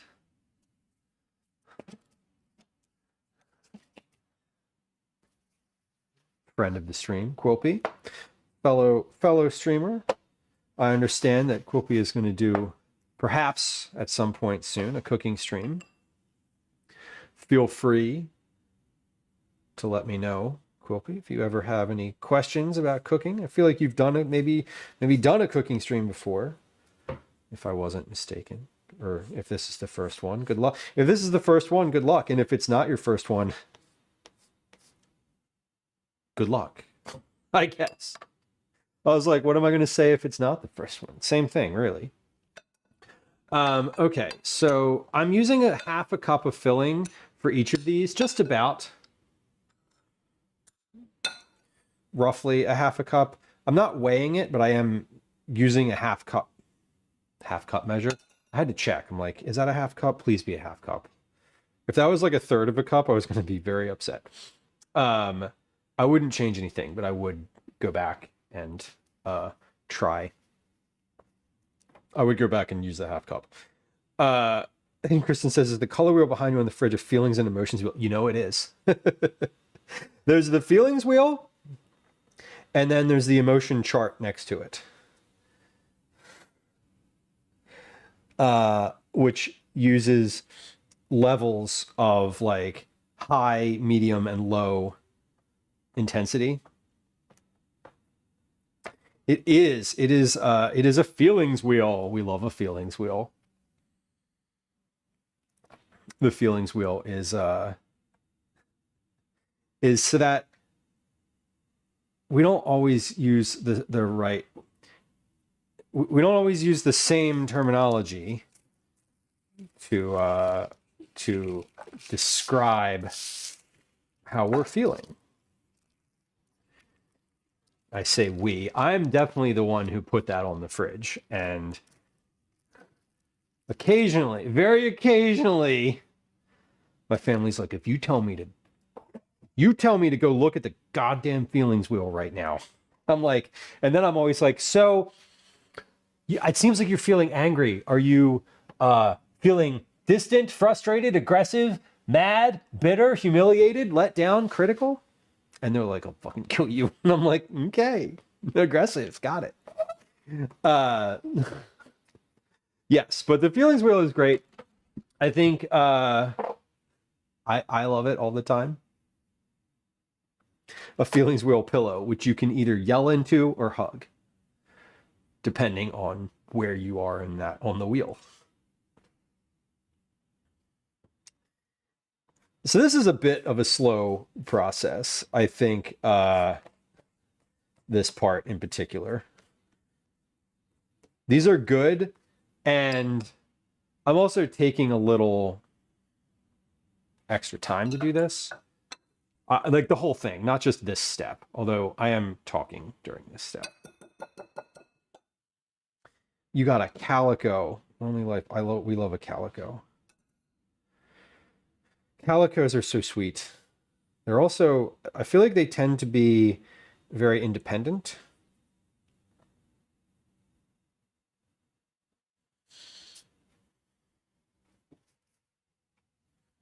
The tabbies, I feel like, are very like, love me all the time. And the calicos are like, love me when I want you to.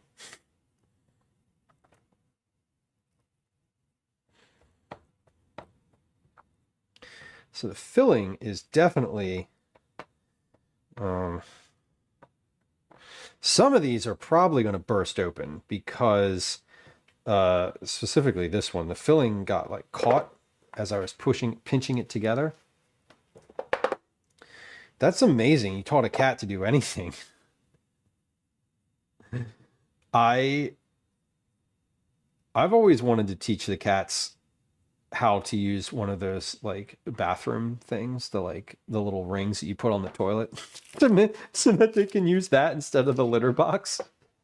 But I don't want to say I haven't been successful. I've never really tried because that would require buying the little rings that you use, and I didn't do that. Yeah, and I just didn't do the thing. You did find her you found her on the toilet. That's interesting. I feel like they're always very interested. One of our cats is a calico, and I find that she is the most persistent of all of them. She's the one who, if you're like, get off the counter, and you move her off the counter, she will jump back on the counter in front of you, like right immediately, and just be like, I'm sorry, I wasn't done here. And you're like, okay, but like, get off the counter.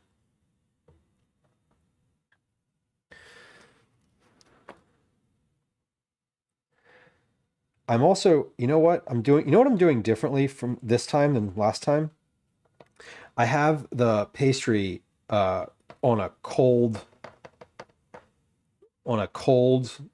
surface. So this is not, it's not stretching as much as I'm working with it because it's staying cold. So I'm noticing that the filling is coming out coming out just a little bit more because there's literally less, the pastry is not getting as large. That's all. Yeah, Lonely Life. We haven't used a squirt bottle in the cats yet. My partner is doesn't love the squirt bottle, and we used to use the squirt bottle regularly, and it never seemed to work. So I think we just abandoned it. Chef Mike, welcome in. What is this? Well, we're working on a recipe today. The recipe that I'm working on is cheesy asparagus puffs. So it's a puff pastry. This is just a puff pastry from a box, Pepperidge Farm brand, if it matters. Cut into 8 pieces. The filling is really basic. It's cooked asparagus, asparagus that was cut into 1/4 inch or less rounds that's been cooked, mixed with leftover rice and 1 8-ounce bag of cheddar cheese. And I'm combining that mixture. Obviously, maybe not obviously. It's been seasoned. I seasoned the asparagus as I was cooking it pretty heavily. So that's where most of the seasoning comes from. But I'm filling these puff pastries now with that mixture, and then we're going to bake them. We're going to egg wash them. Then we're going to cut a slit in the top. Before I do either of those things, though, I'm going to press the edges here with a spoon. The other implement, a fork. We're going to put we're going to finish sealing these with a fork so that they stay a little bit more sealed. And then we're going to egg wash them. Then we're going to cut a slit in the top to vent the steam. And then we're going to bake them for anywhere from 16 to 20 minutes until they are golden brown and slightly sizzling around the outside. And then we're going to let them rest for about 5 minutes, and then we're going to eat one. And then these will be dinner tonight. I was going to make leftover gnocchi and bolognese for dinner tonight. That was from the stream that we did. The stream that we did back in, I think it was November.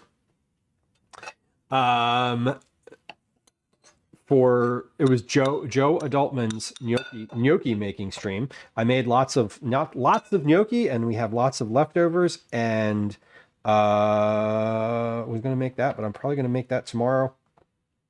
Because if I'm making these today, then I am we should eat them today. Lonely Life says steamed asparagus with garlic, little salt. Not a lot, just enough to taste. Right, a little salt is like the secret to like anything. Like, oh man, how come this didn't taste great? Probably because it needed more salt. Mike says, why couldn't I do it myself? Do what myself? Make puff pastry? One would assume that if you're asking that question, that you've made puff pastry before. And I think why would I not make the puff pastry myself? Because this is a relatively weeknight meal. And making puff pastry and doing it well requires hours, if not days. I have personally found that if you treat the puff pastry from the grocery store, specifically, I like the Pepperidge Farm brand. That one's the one that's given me sort of the best results overall.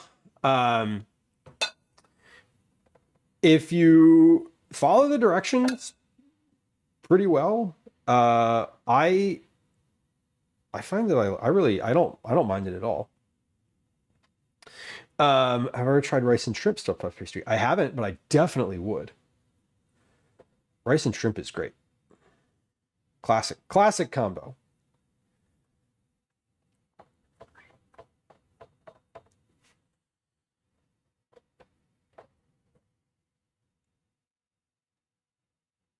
It does have a lot of butter. I suppose you could make this with phyllo dough too, but it wouldn't stick together. It wouldn't have the same sort of pocket scenario.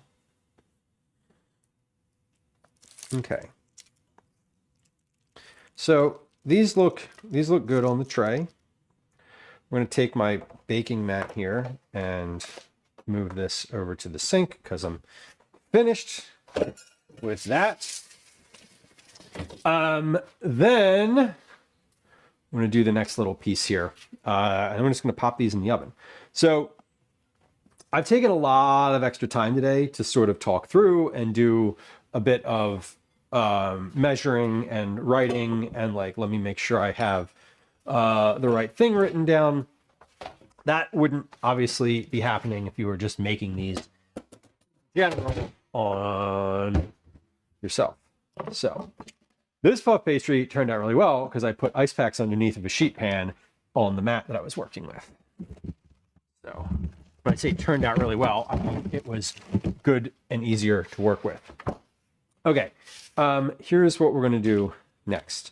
We're going to close this up, close the edges of these with a fork. You don't really, as far as I could tell when I did these the last time, the initial test of these, you didn't actually need to close these. When I did the initial test of these, I had some that I did not close with a fork and did not vent. So they all turned out roughly the same.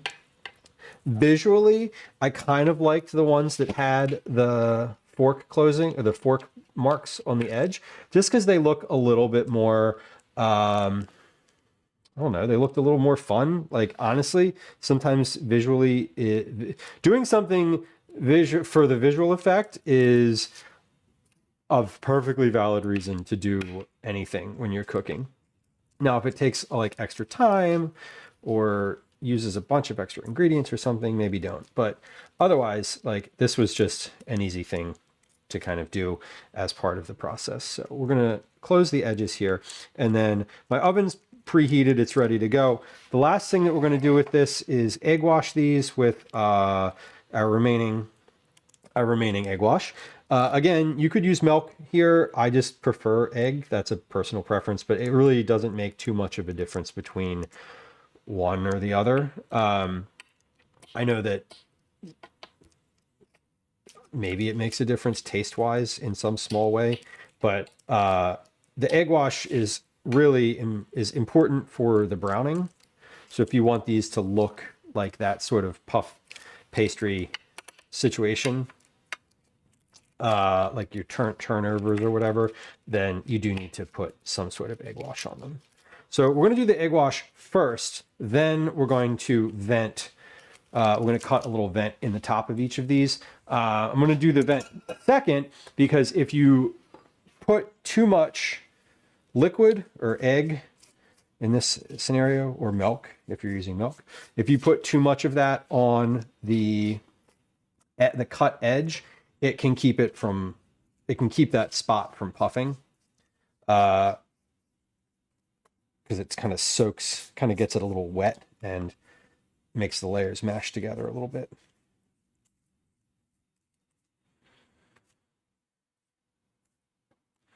So these, they puff up, but they don't puff out too much. So as long as they're on, you can put all of them kind of on the same tray, and they are fine. They don't spread with any sort of meaningful way. So as long as they're, maybe an inch or so apart, they're fine to be on the same tray, which I wasn't sure last time. So I did them on 2 different trays and we put them in the oven separately. So this also, because I'm kind of doubling the amount on one tray, I don't know if it'll make any meaningful difference to the cook time. It really shouldn't, but it might. The other thing I'm going to do, though, that will make a meaningful difference to the cook time is not open the oven. Last time I opened the oven like 2 or 3 times to check on the volume and not the volume, sorry, to check on the browning. So we're going to put these in and open the oven for the first time at 16 minutes. They might be finished by then. They might need a little bit more time. We'll see. Okay, so these are ready, roughly.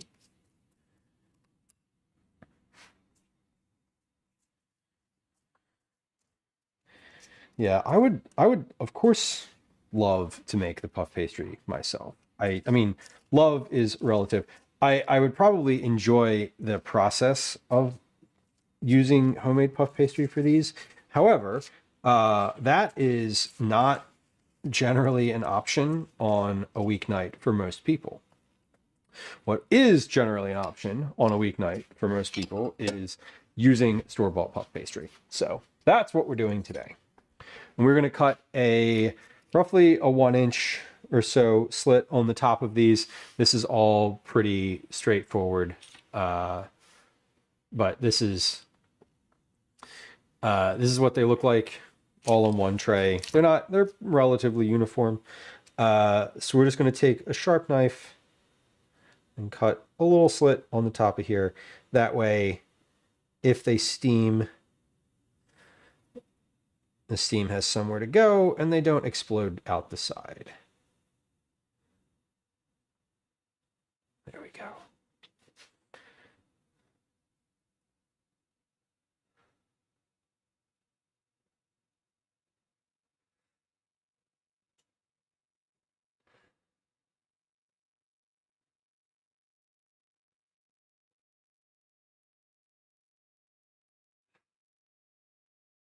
Great. All right. The other thing that you could do if you really wanted to be fancy, or if you wanted to be, say, fancier, would be to put like a little bit of salt or something on the top of here. I'm not going to do that today. What I am going to do is take a picture of these before I put them in the oven so that I have a visual reference for how they're laid out on the tray and what they look like before they go in. It's always good to have, like, that's not for that's not for content of any type. It's just for my own reference. Okay. They're in the oven at 400 degrees. I'm going to leave them in the oven for 16 to 20 minutes. 160 0. Okay. Excellent.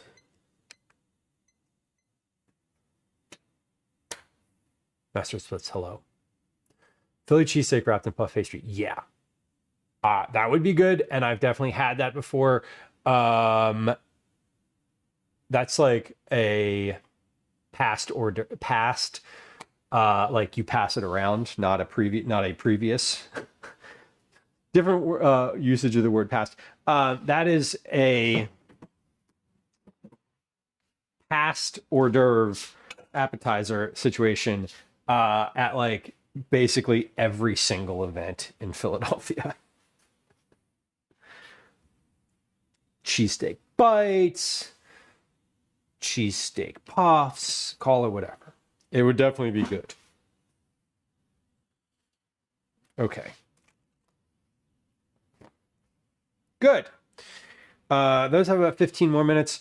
We are going to take a quick break while those cook. During that break, so this is the filling that I have left, by the way.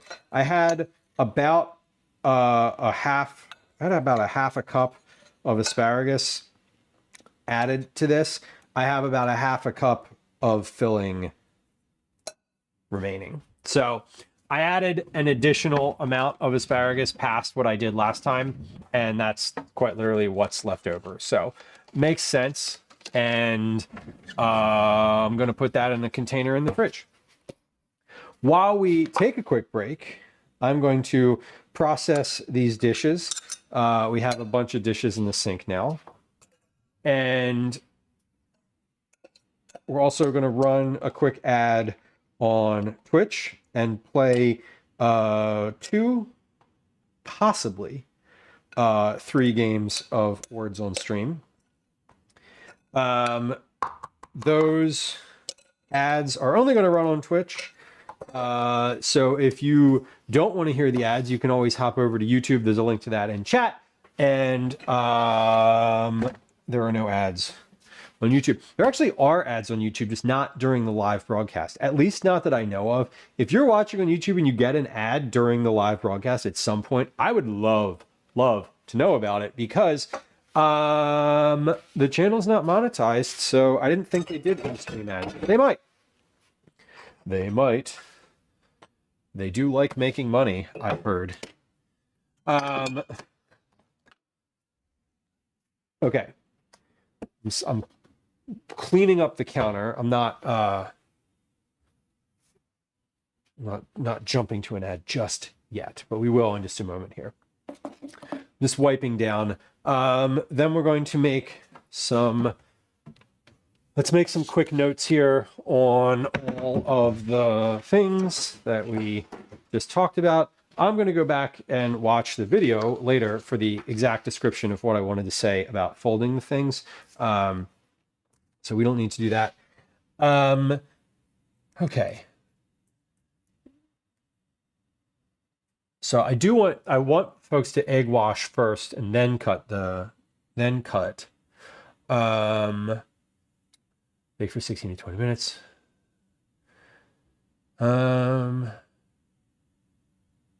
Repeat for the pastry squares. Okay, so I did that. Cut into 4 pieces per sheet. Roll both puff pastry sheets into an 11 by 11 inch square. Great. Using hands. Okay, we'll go back for the description of that. Description in video. Great. When was that description? I don't even know. Probably somewhere around the, let's see, these have been in the oven for probably somewhere around the 145 mark. Okay, got it. Bella says, I've never seen an ad on any live YouTube stream. I think there might be a YouTube premium thing too. Sharan, welcome in on YouTube. Speaking of YouTube. Hello. Fella says, I guess they opened a few more sheets around where I am. Not a fan of the food. The only thing I ever eat there was peanut butter milkshake. Oh my God. Lots of peanut butter fans today. We have some like peanut butter friends in the chat today. I would have a sunflower butter shake. I am allergic to peanut butter. But that sounds good. Is my name Chris? It's not. My name's Lou. Welcome in. Okay, I'm finished with these. What else can I put away? That's it. That's all I can put away from the counter. Okay. Fellas, yeah, people do really go in for sheets. It's like a thing. There's I mean, in Pennsylvania specifically, because we have Wawa and sheets, people get there's like battle lines that are drawn between the Wawa crowd and the sheets crowd, and there are some like very zealous fans that have deeply held opinions about that. I am not one of them. I wouldn't say I'm a deeply zealous fan. I would say I am, I do have opinions though about sheets versus Wawa. I have opinions about sheets specifically and their food, and they do very much align with yours. Insofar as, not impressed. Not as impressed. Sharian on YouTube says, what did you make? Well, in the oven right now, I have cheesy asparagus puffs, I think is perhaps the name that they're landing on. But basically it's puff pastry filled with rice, asparagus, and cheddar cheese. Super simple. Very, very like, very, very easy ingredients. And yes, Sharon, on YouTube, I am from the States. I'm from Philadelphia. Sorry. I live in Philadelphia. Let's not mistake the fact that I am not from here. We've gotten in trouble for saying such things before on the streets of Philadelphia. I live in Philadelphia. As recently as last Thursday, I mistakenly said to somebody on an IRL stream while I was live, they were like, are you from Philly? And I was like, no, yes, I am. And they were like, where did you go to high school? And I was like, are you fucking kidding me? I say water like a native. So I've sort of interchanged water and water throughout life. Water is also commonly used where I'm from originally. Some people use the term water or say water. I've sort of, if I'm not thinking for my whole life, I've sort of used both of them. Not necessarily interchangeably, but I recently was like, you know what? I'm just going to say water. I'm just going to go with it. I'm going to own it, and that's going to be how I say it now, because I don't like getting called out on it only sometimes. So, also Gwen hates it. She's like, why are you like this? Why did you? She's like, you don't say it like that. You never said it like that. And I talked to my friend, Drew, and I was telling him about this. And he was like, well, yeah, well, you know, where we're from, of course, we say it like that too. And I was like, I know.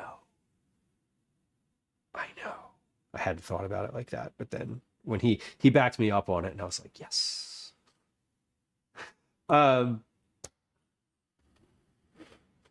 Yeah, I don't, it's a thing. I don't know. I don't do all of the Philly accent. I'm not from here. Okay, we are going to take a little quick break. Trinidad says, I learned today that water is a big Utah thing because they don't pronounce T's except the actual word Utah. It made me realize I don't talk to many locals. That's okay. That's kind of funny.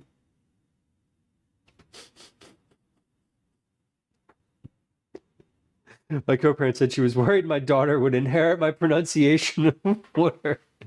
Yeah, listen, my son makes fun of me for it too. And he was born here.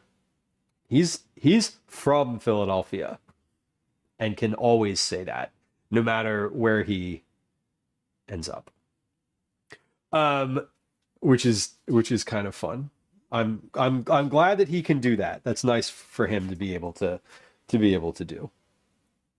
Because forever, someone's going to be like, where are you from? And he's going to be like, Philadelphia. And they're going to be like, where'd you go to high school? And he's going to be able to say something. He's going to be able to have an answer to that question. Okay, let's check to see if the stove camera still works. Should be looking at the sink now. Hey, we are. Amazing. I also realize I can put my compost bucket away. Fantastic. Okay, we are going to do a quick break now. So as we get started on that, I'm gonna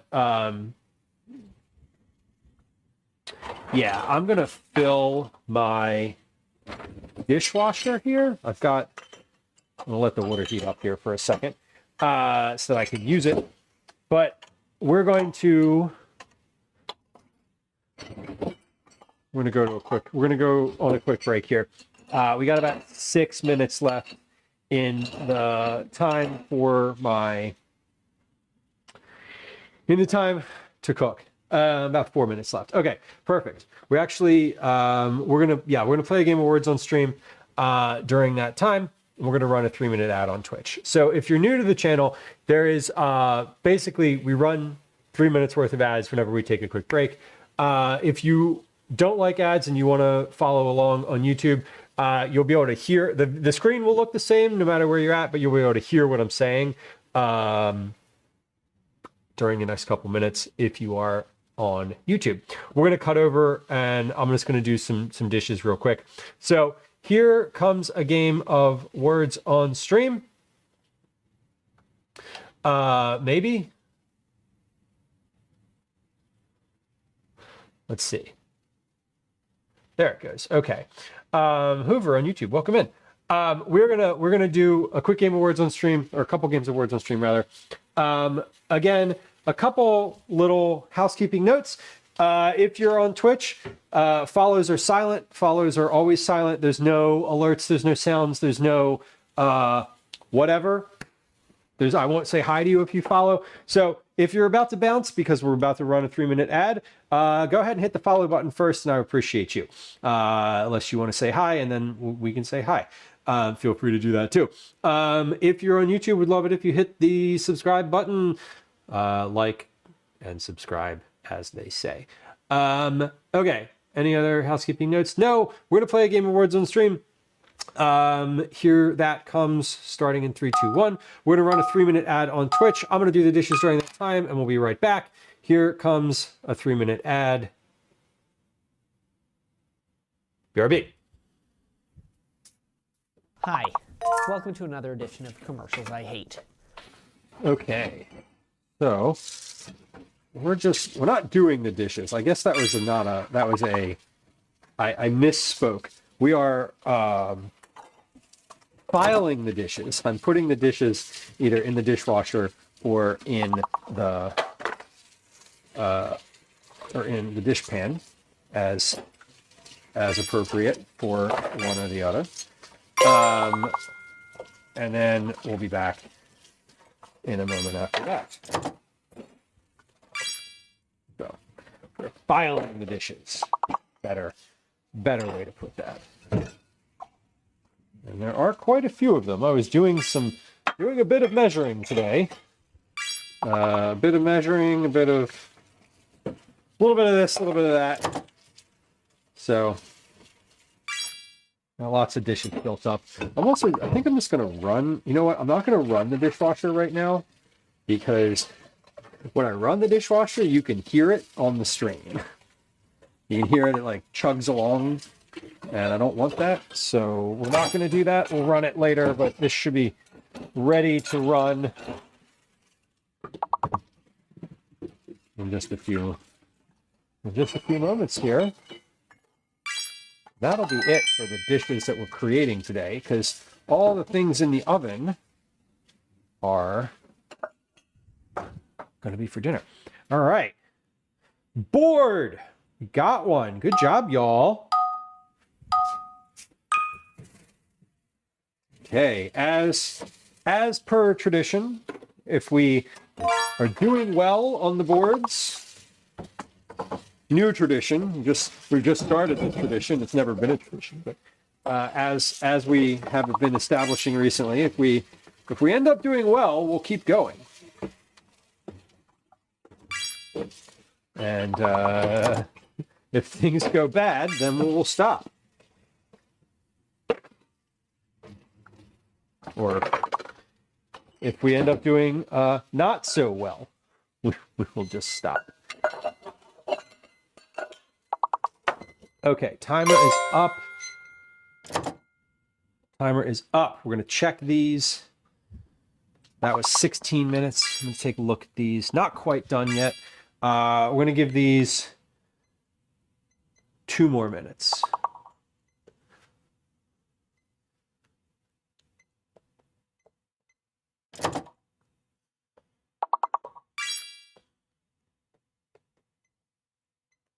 Okay, 2 more minutes for those. Last 2 minutes. It should be finished.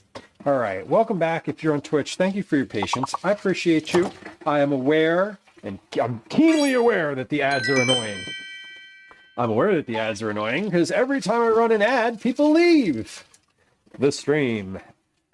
The data backs that up. But you know what? When I run an ad, it also means that people who join for the next hour don't get an ad. So there's a balance. Okay. Was that a board? It was. We got one. Let's do another. That was good. Good job, y'all. What is there? I don't want to jinx it. We're just gonna keep going. All right. I'm gonna do a dish here. I'm doing this pan because I started doing it before I realized that the ads were going to end. Before I realized that the game was over. I'm also going to wash this pastry mat here because, not going to lie, Gwen hates washing this thing. And I can wash it right now, so I'm going to.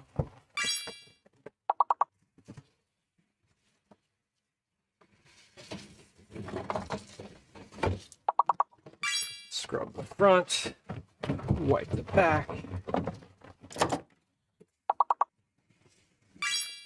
and then I'm gonna stop doing the dishes because I'm gonna need to attend to the oven here momentarily. All right, and maybe we get to the dishes again later, but possibly not. Unclear.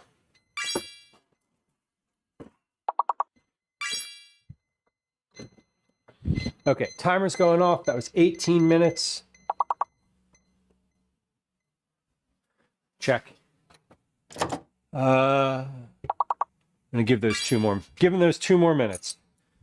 Okay, so we are gonna go the full 20. The full 20 on those. All right, I'm back and I'm here, but I'm just gonna leave this up so we don't end up getting. I'm going to leave this up on the screen so we don't end up with not being able to guess in the last fateful moments here. Oh, there was one more word. It was a 5-letter word. So close, y'all. Look at that, though. That was a lot. That was good. Y'all did really good. What was that? Where are we at? Level 11? Level 11. I feel like we should have I feel like we should have a thing that says what. Oh wait, exit. Sorry. I feel like we should have a thing that says what level, like the highest level achieved or something like that. There should be a thing. There should be a way to do that.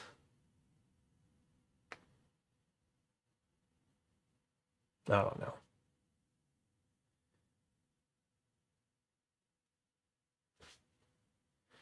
Joe, welcome in. Good to see you. Okay, let's see. We had some new folks hop into chat during words. Welcome in. Good to have you. I'm never sure if folks who are popping in for the first time chatting today during words want like, since we talk about lurking and followers being silent and all that. I don't know. Foxes are cool on YouTube with the cookies chat. You know, I haven't transferred all of my commands over to YouTube yet. So the cookie command doesn't work. I'm sorry. Here are these puff pastries. I want you to come down. I want you to come down to the counter here and look at these because they look good. Because they look good. Joe, of course you can share some good news. I'm happy to hear good news. I mentioned your I don't know if your ears were burning, but I mentioned you just a few minutes ago on stream. We were talking about having dinner tonight, and I was saying how I was going to make the leftover gnocchi from the stream tonight, but then we're going to make these instead. We're going to eat these instead. So these look good. They are finished, ready to go. We're going to let these cool. We'll let these cool for a few minutes. But I am happy with how these turned out. Sofa, thank you. I appreciate you putting that in the YouTube, in the cookie info in the YouTube chat. I really need to add that. I'm gonna leave myself a note here. Okay.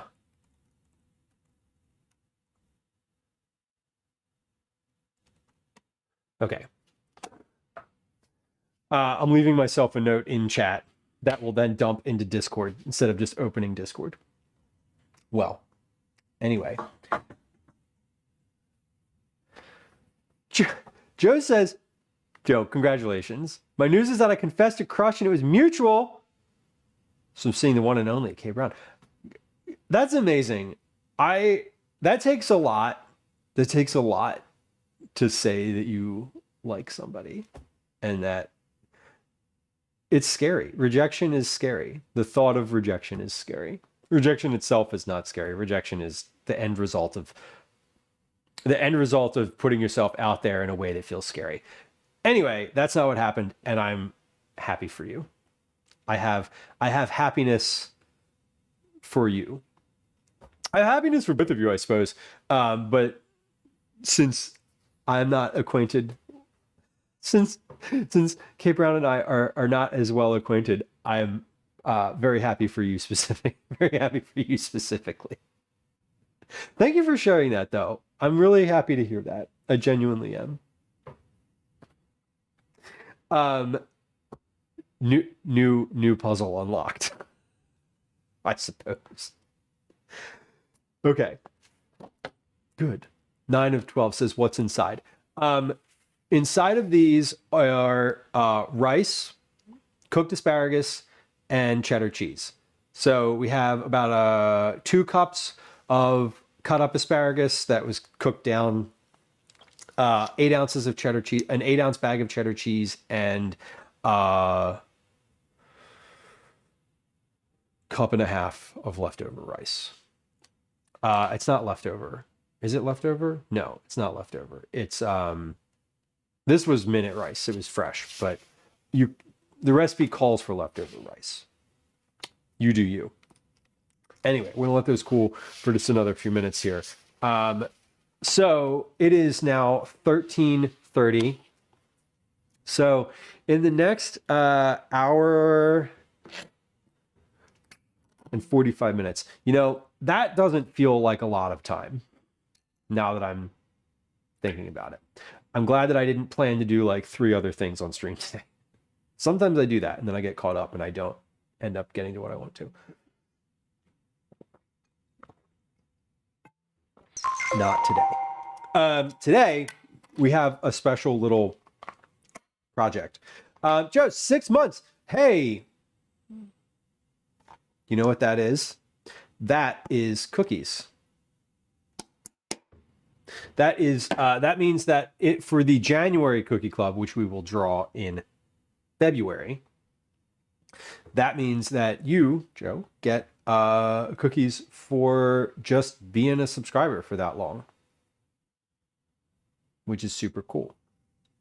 Bellis, you did not get drawn. We did not do the drawing yet. The drawing Cookie Club drawing is going to be at 5:15 p.m. Eastern Time. It's 2:15 p.m. Pacific, and then the other times it's in between there. So we're going to do the drawing at 5:15 p.m. So it is today. Everyone who was eligible for from December is in this little bowl here. We're going to put these in the big bowl. No, we're going to put these in the copper bowl. The big bowl is very specific, and if you've hung around here for any amount of time, you know that. We're going to put these in the copper bowl. I printed these and cut these yesterday, though, and I put them in a container with a lid because there are cats. And Lord knows, they play with everything they can get their little paws on. I can turn the oven off now. I hear it heating over here. Okay, so here's what we're gonna do. Here's what we're gonna do next. So part 2 of stream today. Well, I guess as always, there's a couple announcements while we're between things. One I mentioned was the Cookie Club drawing. That's going to be at 5:15 p.m. Eastern. We're going to draw and then we're going to raid. So that's the move. Announcement number 2 follows on stream are always silent. So if you're watching and lurking, both on YouTube, subscribes are silent. Follows on Twitch are silent. So if you're just lurking and hanging out, I would appreciate either one of those, depending on which platform you're watching on. I won't say hi. There's no alerts. There's no sounds. Nothing happens when you hit either of those buttons. You just remember to come back. So there's that. Announcement number 3. This dovetails with the Cookie Club thing, but we have a hard stop today at 5:30 p.m. Eastern. So we're going to raid at 5:30, or if not, a few minutes before. Announcement number 4, and this is more relevant for folks who are here often and frequently and sort of know that I'm live on Tuesday and Thursday, as we have been for a while now. That schedule is going to change just a little bit in the coming months because I have a new schedule personally. Calvin, my son's karate schedule changed. So he now has karate on Tuesday and Thursday, which means if I want to take part in that aspect of his life, and I also don't want to put that entirely on my partner, I need to be available on Tuesday or Thursday during the week in the evening. So what that means for stream is that some days on Tuesdays, some days on Thursdays, we're going to have a hard stop at 5:30 p.m. What that also means is there might be some weeks where I do like a Wednesday stream, normal length meaning like noon, roughly noon until 7 to 8 p.m. Usually I stream for like somewhere between 6.5 to 8 hours. We will probably have some weeks where I do like a Wednesday, Thursday stream. I'm aiming to stream at least 2 times a week in a long form capacity still. So just a heads up on the schedule. That's sort of the nature of things. That schedule may change again at some point. I don't know. Usually karate sort of, it's like a year and then things shift. So those are the announcements today. Excuse me. So that's that. The next part of stream is going to be a bit of an organization, sort of some meal planning happening. We're going to do cabinet clean out. So a little bit different than what I've been doing when I've done like notebook organization before. So y'all might know, probably heard me talk about it at some point or seen it, but I have a cooking notebook that is omnipresent in the kitchen. Basically, if I'm live, this is within my reach. Somewhere I make all sorts of notes in here. I start almost all of my recipes in here. I do all of my meal planning in here. I do basically all of my culinary organization in this notebook. So in the past, I've done like inventory before and sort of written everything down. Today, we're going to do things a little different. I'm sort of shifting the focus today. Going to do more of a like, let's write down some things that are in the cabinet. We're going to clean the cabinet out. This cabinet right here, by the way, the one that I'm pointing at, my hand isn't on it, but on the screen visually, it's right there. We're going to take some things out of that cabinet and like put some of the snacks in the snack drawer. We're going to move some things around, probably going to get rid of some stuff. We're going to identify if I have like a whole bunch of different ingredients, we're going to take some of them. If they're worth putting into the community pantry, we're going to take some of them out and put them in the community pantry. Cause if I don't need 8 cans of tomato sauce right now, like, I'd rather sort of give some of those away if I can. Then what we're going to do, so basically I did the same thing for my freezer earlier. I wrote down all the things that are in the freezer that need to get used up. Mostly meat in here. It's like random cuts of meat, things that I bought like a bag of frozen flounder for, and I have 4 flounder fillets left. The bag came with 10. I made 6. I have 4 left. I need to use them. We're going to take basically like what's in the cabinet and try to combine some of that into some like easy meals that I can make using just the things that I have in the house here. We're trying to get like a use it up situation going so I can empty some of the stuff out of the freezer, empty some of the stuff out of the cabinet. It's basic like use it up planning. Anyway, before we get to that, I think I should cut one of these turnovers open and give it a try, right? That seems like the right thing to do, because that will sort of end that aspect of the stream. That will put a bookend on the recipe testing portion of the stream. So here they are. Again, these are my cheesy asparagus puffs. Whoa, almost slid off the pan. They look really nice. I'm very happy with them. Let's just pick one randomly. This one looks good. They all look about the same. So if we're kind of getting a little close up here, which we are, because that's what I'm doing, they are well formed. The edges stayed together nicely. Both edges stayed together nicely. The top expanded just a little bit, and the bottom has a very tiny amount of browning on it, kind of around where the egg. This is egg. This isn't like brown puff pastry, but the pastry is pretty good on the bottom. So I'm happy with how these came together. I'm going to cut one of these open and show you the inside of it. Now this is the inside here. You can see if you were here for the first version of this, these look a little bit more asparagus-y because they have a little bit more asparagus in them. And hold on, can we focus? Not y'all, the camera. But this is what the inside of them looks like. So you can see on the edges there where the pastry has puffed up, kind of nice. And then the inside is quite asparagus-y. Let's see what the difference in taste is between, not between these two halves. They should taste the same. They're the same half, one, two halves of the same whole.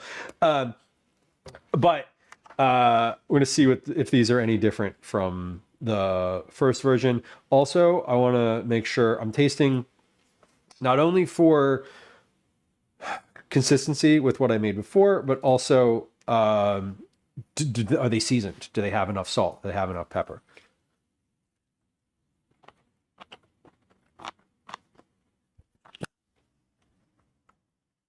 They do.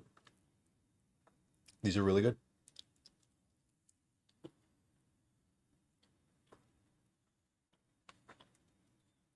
And the other thing I would note about this, so the goal with these was to use asparagus in a way that didn't visually highlight the asparagus. And I think I achieved that. If you bite into this and you look at it, obviously you're going to see the asparagus inside. Like, you can't hide it. It's not a puree. I could have pureed it. That would have been a bit unnecessary. That's just called soup. But texturally, the rice is a little chewy, and the asparagus is a little chewy, and they kind of mix together nicely in a way where it's not like you're getting some of the crispness of the asparagus because I didn't overcook it, but there's enough like rice texture in there too, where if you have a pretty significant textural issue with asparagus, it might like sort of trip your brain up a little bit and be like, oh, that's, is that rice or asparagus? And hopefully you're already okay with rice, I guess, is what I would say. But that was good. I'm very happy with that. I don't think it needs any more seasoning. If anything, I could probably add a little bit of pepper, more pepper to that. I think that would probably be pretty good, but I don't think I need to. The other half tastes the same. Not a surprise. Yeah, these are very good. I'm happy with them. I'm going to cut one more open because someone else is going to see these and be like, they look good. No, I want to be able to show the inside. So,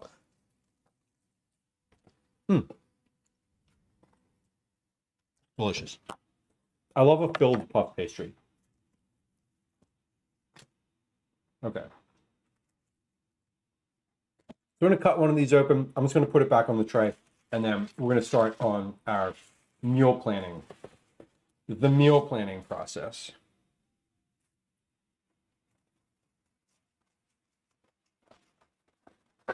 I'm cutting these with a serrated knife very very carefully because I don't want them to crush and press in too much. Okay, so that is excellent, and I should note that we are finished generating dishes for the day. Love when that happens. That is always ideal. Okay. Oh, my son is texting me. I was like, who's texting me now? He's out of school, so. Okay.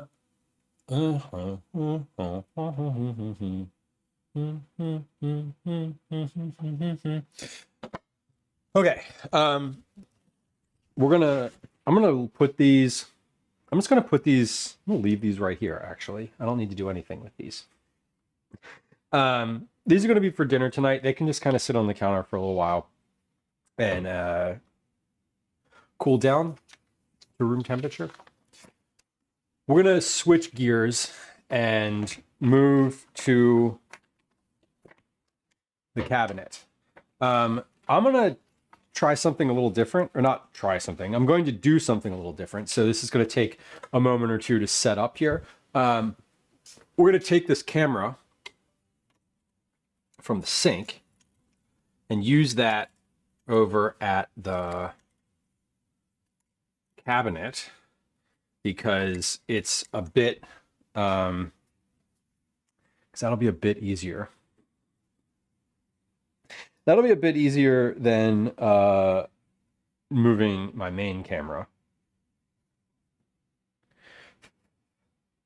Okay, is that clean? The lens is clean. Yeah, well, almost. Hold on.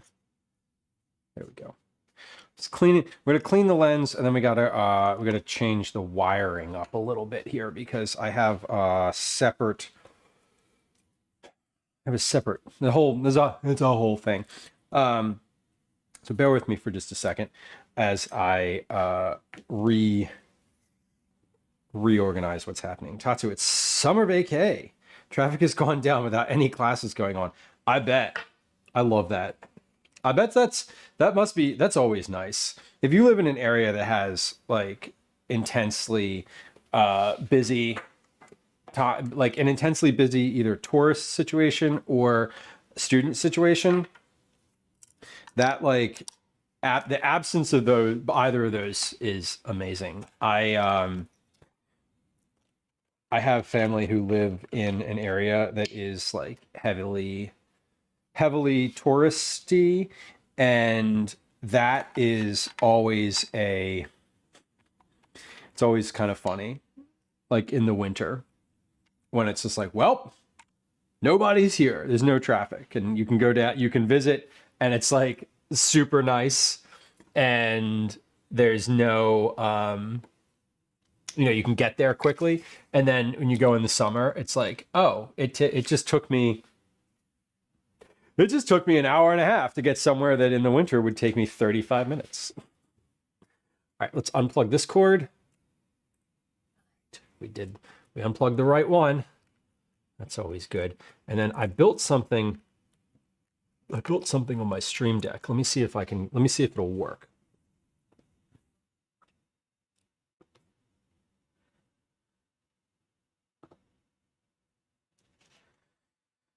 Oh, it did.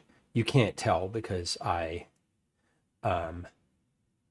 you can't tell because because it's no visually different for y'all, but it just made it easier to transfer to a different camera. Everyone leaves the DC area for the holidays. Totally. It's like the Jersey Shore. If I wanted to drive down to the Jersey Shore right now, hour, I could be there. If I wanted to do that in July, 2 hours. And it's just wild. It's really frustrating and kind of annoying. Okay, let's see.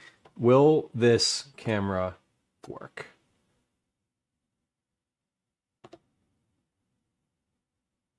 Whoa! Look at that. That's a part of the kitchen you don't see very often. But it's a different angle it's a different angle on the kitchen, huh? Look at that. Very different. So different. Wildly different. It's not that different. It's not super different. Anyway, hey, look, there's the ceiling. This is going to be weird for a second. Sorry. As I get the angle right on here. Also, I need a chair for this situation. If I stand up on here, am I still on screen? Is my head still on screen? I am. Okay. I can't tell. I'm going to raise that just a little bit. There we go. Okay, good. Now you can see the bottom of the cabinet and the top of the cabinet. Perfect. Perfect. Fudge, darling. I see you. Okay, we're just gonna put chat up here too, so I can see it while I'm like in the cabinet. Okay, so let's like sort of detail what this cabinet actually looks like here, because this is a bit of a disaster at the moment. Cyber, what were we doing in the cabinet? Good question. Very existential. We are basically looking in the cabinet, and I'm going to pull out. So this whole bottom area here is, I've just been shoving things in here and not doing any auditing of any of this. So this whole bottom area is like filled with crap. That's literally just pushed in here to push the other crap farther back. The goal is to pull things out of here, put them where they should go, get rid of them if they need to be gotten rid of, and then catalog the things that are in here that are not going, or that are going to be useful for like meal planning purposes. So since you've left, we've finished our pastries. They're over on the counter on the other side over there chilling. We did the dishes, and we're just getting started on this situation. So like this box, look at this. This is a fucking box of chocolates. It's like, I don't even know, where did this come from? This was at a friend's house. Calvin brought this home. I don't know what's in here, what these are. These go in the snack drawer. Leftover cookies, I made these out of the freezer. I'm going to eat these tonight. Those can go on the counter. We have fortune cookies. Some of them are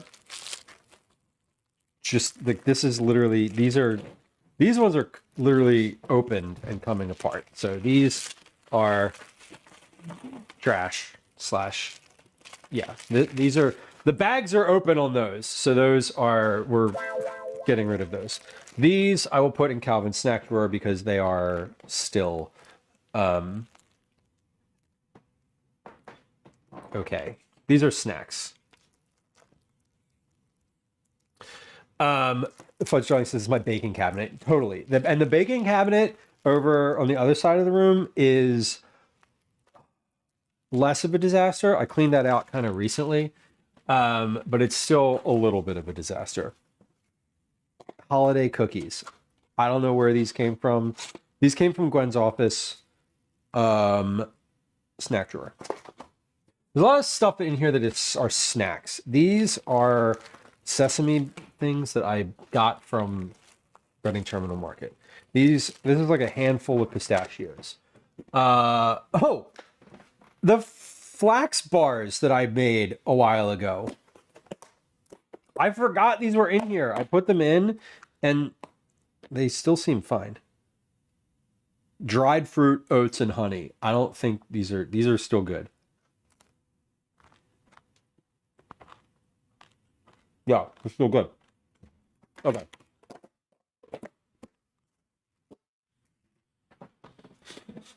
Oh. A little bit of a chocolate orange. A dark chocolate orange. We have the documentation, of course. Pecans. General. These don't go in this cabinet at all. What? Are these still good? Yes. When they're not good, they have a smell. Okay, these are still good. I'm going to put these always go, pecans go down here. Where do I look for pecans? Yep, down here. I was looking for them recently and I didn't find them. Much like those, here's some dates. These I also look for in this cabinet. So some of this stuff is just like miscategorized. Decaf vanilla chai. This was a gift for Calvin. That needs to stay. Let's put that. I'm gonna put that. This isn't really a snack. He needs to be able to access this, but I don't really want it in this cabinet. I'm gonna put this down in his. So he has You can't see this. Now, speaking of a disaster, he has a snack drawer in the bottom of this thing that is awful. I'm not touching this. This has Halloween candy. This has like open bags of gummy nerds in it. I don't even know what's in this box. Here's some caramel corn. This was for school. So I don't know what's in here, but here's what we're gonna do. We're gonna take the snacks that I just pulled out of here, and we're gonna put them on top. And then he and I are gonna go through this drawer later.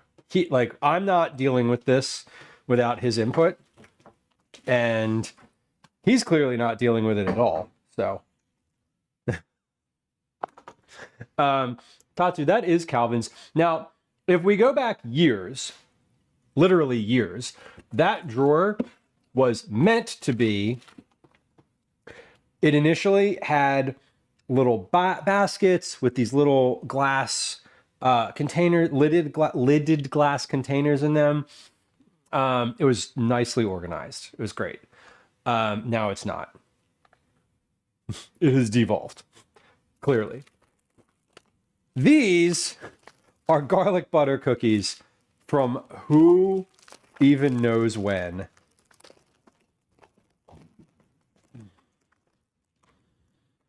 No. They don't smell great. So there's some stuff in here we just can't do. We can't do it. These have like garlic in them and have gone bad. They don't smell great. Yeah, Tatsu, we live in the city, so mice are always a concern. I'm not super concerned about mice generally because we have 3 cats in the house. Roaches are not much of a concern. Things are pretty it's dry in here, and they get where things are wet. So they're less of a concern. But yeah, part of why I want to dig into here is like, is there anything like that, like those garlic cookies, which are like, hello, not going to be good. Callie, hello. That camera is on. Just FYI, that is on. Calvin's here. hello. Calvin, we were just looking at your snack drawer. Didn't take anything, did you? No, I added to it, but it is. Ooh. I added the stuff that was up here. That was all the snacks that was up here. Brutal. Let's see. What do you mean, let's see? Look at him. Okay. We got one. Don't take it back out unless you're eating it right now. Oh, I only added that and that so far.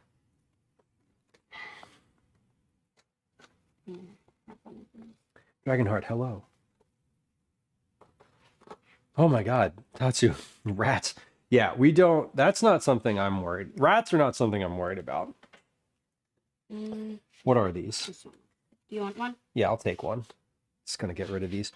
Yeah, these are fine. These are sugar cookies. How could these not be fine?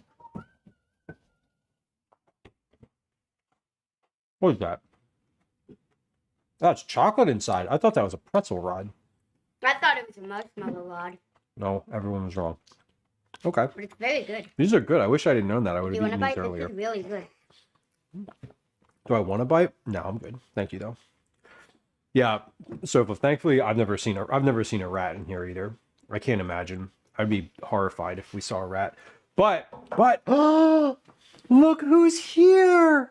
Look who's here. We were just talking about you earlier, OB. He's like, what are you saying? We were saying that he's so far behind in the cat counter.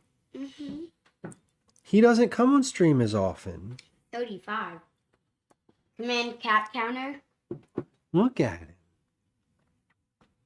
He's the sweetest. He doesn't really want to be held either. Oh, Ash was catching up a lot. Yeah, Now Elsie seems to be making a push. I didn't think that Obi was. I thought that Obi was locked in the basement today. Turns out Obi was just doing his own thing. Baby boy. Last time I looked, it was like 41 and 43 or something. Oh, okay. Cat count. And I don't know, like 21. Do those numbers add up? 6, 12, 13, 14, 15, 50. All numbers add up. But they don't add up. Those numbers don't add up to 146. 60 plus 60 is 120. Plus 30 is 150. Plus 5, 155. 150. Those numbers add up to 157. Why will it be asking? I don't know. I don't know why the number is off. Obi's a good boy. Look at him. Look at him being so good. Look at him looking at the snacks. This is Obi. He's being a good cat. He's definitely... He doesn't love being held, but you can hold him basically any way. And he's just like, hey, what's up? You're pretty much... You're able to hold him as long as... Snacks. As long as you're not, like, right here. Like, you can't hold him... Look at this ridiculous cat. Okay, you want to take this one? So I'll take this one. Okay. Hello. There we go. Baby. All right. Oh. This goes in the snack drawer. Candy foam. Oh, I remember that. You remember this? Uh-huh. It was at the arcade. I got it at the arcade. Do you even Dave want got this this. anymore? Hold on. Let me see if I want it.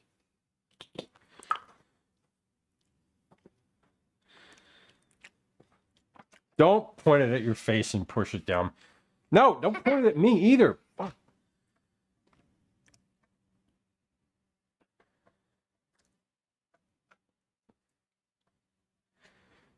Ugh. Candy foam. I know, right? No? Trash. Obi! Progress. Okay. Compostable. I don't really want to pull everything out of here. Now that I'm kind of looking at it. Yeah, was he in the compost? Not in the compost, but he was where the compost bin usually is. Uh-huh. Oh, he was in the cabinet. He's a compost bin. Okay. Feed me your scraps. Yeah, right. Do you want some applesauce? Yeah. That was easy. Rusty, welcome in. Good to see you. Fluff indeed. Now, this is something we can't be out of. One of Gwen's favorite sandwiches is peanut butter fluff. Mm. So we have to keep this. This also has Banana to be... honey fluff. She doesn't like bananas. No, for me. Oh, for you. Okay. Sun butter? Oh, sun butter, yeah. Yeah. Yeah. Rusty, good to see you. I hope you're well. Happy holiday / New Year / January. Okay. I don't think I want to pull everything out of here per se. What I do want to do is move certain things like this maple syrup here. Like I have another one of these in the fridge. This one's, I don't know why I have two, but I don't need this right now. So this doesn't need to be in a prominent place on the bottom shelf. I'm going to move that up top here where I will then proceed to forget about it. And then when I end up wanting or needing more, I will get more and then I'll discover that later. That's how it works. Okay, but here's kind of where No, the garlic cookies went bad. They didn't smell... We had garlic cookies? He says, wait, we had garlic cookies? Yeah, they've been in the cabinet since we bought them. Ooh. I didn't- just remembered. I didn't I have think about them either. I just remembered I have the lemon bar. And They're in here. Those are in the fridge. Yeah. Rusty, we did have a good New Year's holiday and New Year's. It was very low key. We didn't do a whole lot. Generally speaking, generally speaking, our Christmas holiday has been at home since 2019. And then New Year's, basically same thing. Where is the bread pudding? Tatsu, we do have string cheese. We love string cheese. It's in the bag on the bottom. Here. Correct. Brown bag. Yeah, the brown bag on the bottom. Oh, that was another 3B alliteration today. What? We did it. We've had 3 BBB alliteratory phrases today, which is pretty great. I don't know. Tatsu, you had green ketchup. I'm pretty sure. I don't know if I've had green ketchup, but We have jalapeno. yeah, we have jalapeno ketchup. That was a Christmas present for Calvin. Yeah, it was for me. It was in my stocking. Okay. What are you doing now, Callie? What's your plan? What's next? Yeah. Because you cannot be right here directly, because this is I'm doing something right here. Okay. And that you can't keep opening the fridge. I know you were getting a snack, but like settle somewhere. Okay. There's a cooler. What? Is that a lemon bar or is that?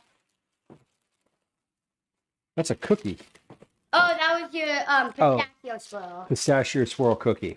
Right. Can I put this bag? Recycling. Yes. Okay. Okay. The green ketchup was a worldwide thing when Shrek came out. That I believe. I definitely believe that. Okay, here's what we are gonna do. I have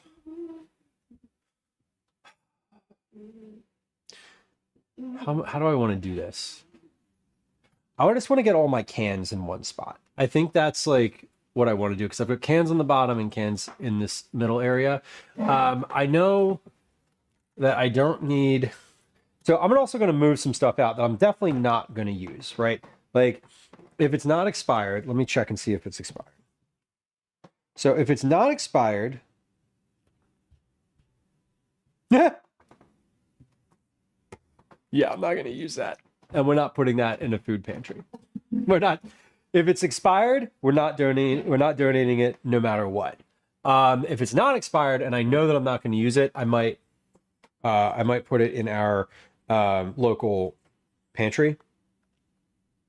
That one expired in 2025, April of 2025, in fact. Yikes.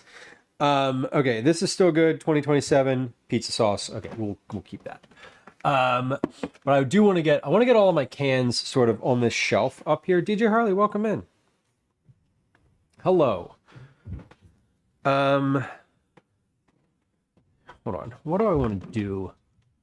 Got your drink. Were you planning on reading when you got home today? You mentioned it.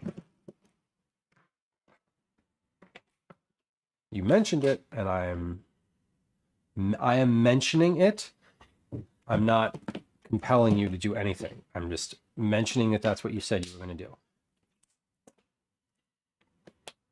If that's not the vibe. That was my plan, but I don't think it is. Okay. Do you have a plan for your literary endeavors this week? I'm trying to get this camera up a little higher. Tomorrow's Wednesday. Mm-hmm. Yeah. And then you are not going to be home this weekend. Oh, I forgot. Mm-hmm. Okay. Obi's back. He's here again. Okay. That's good. I'm just going to be on the chair here for a few minutes, so look out, bud. All right. Okay, we got it. Oh, I don't have the chat. I don't have any chat. Dragonheart. April was a long time ago. Yeah, Tatsu, and I think that for me, I'm just kind of like, I have 2 things of pizza sauce. I'm just gonna I'm gonna just get rid of the one that says it's expired, because I don't want to. What will happen is I won't use it again, and it'll be another couple months, and then it'll be deeply expired. 2027. Okay. So I'm just gonna get like, yeah, I'm getting all of my cans kind of in one spot. So like pizza sauce, tomato sauce, diced tomatoes, all kind of near each other.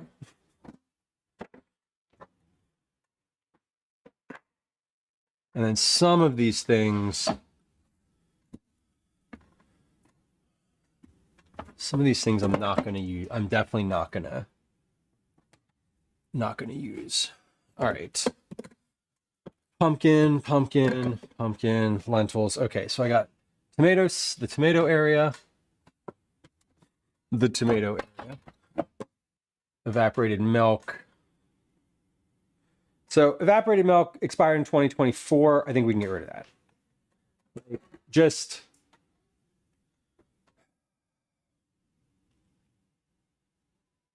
none of this is open yet, by the way. Like all of this, if it's open, it's in the fridge. Like I'm not going to keep, I wouldn't be keeping anything open in here. We got some pickles and pickled vegetables back here. They're fine. Oh, here we go. Vegetable broth. That needs to be on the bottom shelf. Pumpkin. I have a lot of pumpkin. I was working on a pumpkin recipe earlier this fall, and I ended up we ended up really liking it, so I thought I would make more of it, and then I never did. So it's just how it goes sometimes. Let's see. Just kind of moving some things around in here so I can get a better like visual presence for what's in here. And then once I'm finished moving and rearranging, I'm going to write down sort of like what I see in here and how then we'll make like some plans for it, right? Tatsu, I feel like for certain stuff like condensed milk, I'm not going to do that. I don't know. I don't feel compelled to open that tomato sauce again because I have another container of tomato sauce in here. I'm sort of like, it's been expired for months and I'm just going to it's just going to go. And I think that's sort of how it is. All right, so we got cannellini beans. We have a lot of cannellini beans. I got 4 cans of those, but I use those more than any other beans, generally speaking. So I am going to let those kind of, we're gonna keep those. We are keeping those. I got some corn back here. Again, I'm just putting all of my cans in one spot so that I have like a visual for what's in here. Can I tell you something that I really don't like? I really don't like when cans can't stack. When you have cans that are literally like these, okay, so I love these Jersey Fresh tomatoes, right? But like these cans, they don't stack. They don't stack nicely. Like they stack, but they're not secure. They don't like, you could like slide it and it'll come off. I'm so, is it unreasonable to feel annoyed about that? Like, I think that it should be an expectation that your cans stack. Like, I don't know. Maybe I'm the unreasonable one here, but I just kind of want them to all play nicely together. I don't know. Oh, look at what I found back here. Ketchup. I buy ketchup like all the time. 10/23, 2025. This I will keep. Because why not? This I will put in the refrigerator though. This is something that of course I just evicted chat. I evicted the chat phone from the top of the refrigerator when I opened it. But yeah, that's something I will definitely hold on to. This top shelf up here, by the way, is like the macaroni and cheese shelf. olive oil. I got a big container of vegetable oil back there, a big bag of pancake mix. Like this is sort of the things I know are up here, are like big bulk stuff. So if I'm like, oh, do I have olive oil? I just like, I know that I need to look on this top shelf, and I know that I need to look behind something. So that's also sort of a standardized situation. You do need to stack something small on top. Yeah, like you can't just have them be stacked up. It's like it's super annoying. Okay, I think I'm good. This shelf is good. I got things that I can see in here. All the cans are like visually present to me. So we're gonna move down a shelf. I'm gonna move down a shelf and do this bottom shelf here.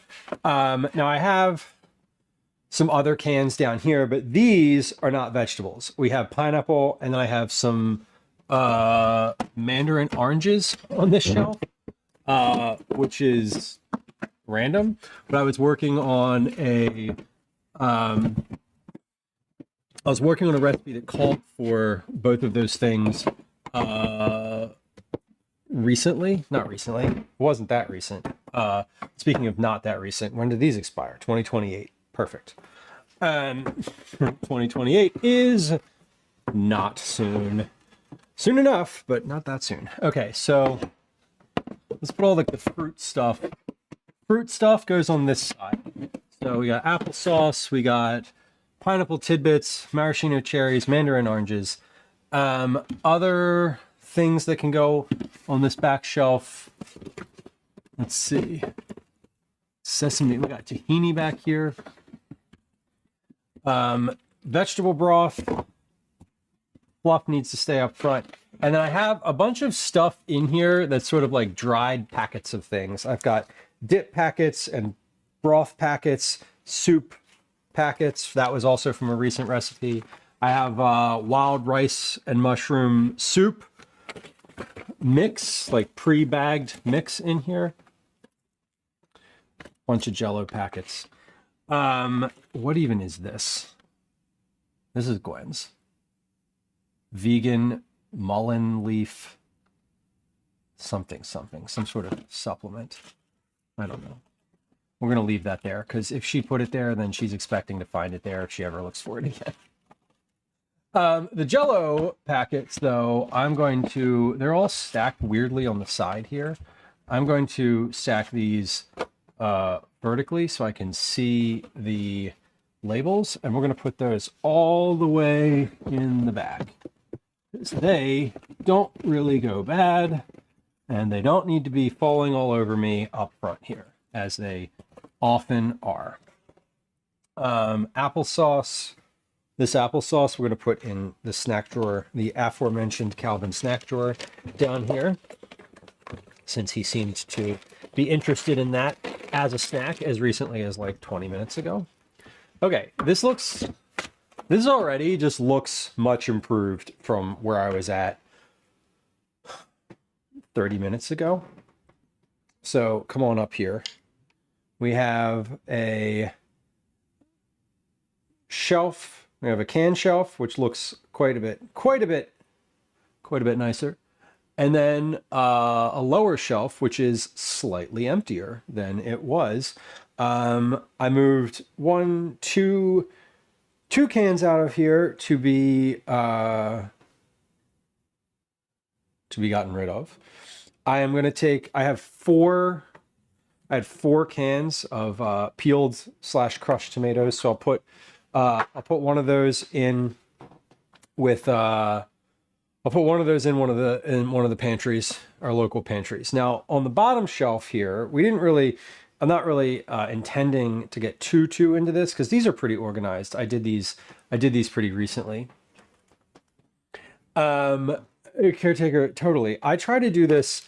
I do this off stream somewhat regularly. I haven't touched the upper cabinets here in a while. Like when I say a while, I really mean like just a couple months. So these cabinets, however, I have touched recently. So so we're going to actually, I'm gonna put this broth down here where the other broths are. There, even better. We're going to just kind of take a quick look at these drawers. Jell-O does have an expiration date. I did not know that. I'll take a look at when that Jell-O actually expires. That's probably a good idea. Okay, so this rice, this is lots of minute rice. I just kind of haphazardly put that there, but rice and grains are on this drawer down here. So we have basically two drawers in this cabinet. We have, hold on. Why is this not working? Oh, hello, because that was not. I was like, this isn't going down as far as I want it to. Well, because of reasons. We have this top drawer here, which is not really organized, but this is where fresh like produce and stuff goes. So we have garlic and onions, obviously right here. If I have potatoes, they would be right here. So I don't want to put anything in this space because often this space is just full. But I have a little bit of, this is orzo. This is not rice. You can tell, I can tell because it's kind of flat and tapered on both ends. We have that. We have our popcorn. This is our Cookie Club popcorn back here for packing purposes. This is the Cookie Club popcorn, which is, no offense, y'all, the less expensive popcorn, the cheaper popcorn. And then this is like the good popcorn, where if someone in the house is like, I really want to eat some popcorn, I'll make that instead. Ramen, this is from a recent camping trip. And then vegetable broth back here. Gwen really likes her spaghetti plain with butter, so we have our spaghetti container and our backup spaghetti container. Our backup. We have at any given time like 3 to 4 pounds boxes of spaghetti in the house, and then back here is some like ready bake lasagna stuff. Okay, so this drawer is actually pretty all right at the moment. That piece of the drawer anyway. This drawer is also relatively organized. I've gone through here recently. We have lots of different types of grains, and we will articulate those. We'll write these down in a few minutes when I'm doing all that. We have some beans in here, several different types of rice, several different types of dried grains and dried beans. So anything that's dry and requires long form cooking is basically on this shelf. That's sort of how we go. Okay. So we're gonna come back over here to the main camera for just a moment and see. This is what I'm doing with this camera, by the way. This is the stove camera.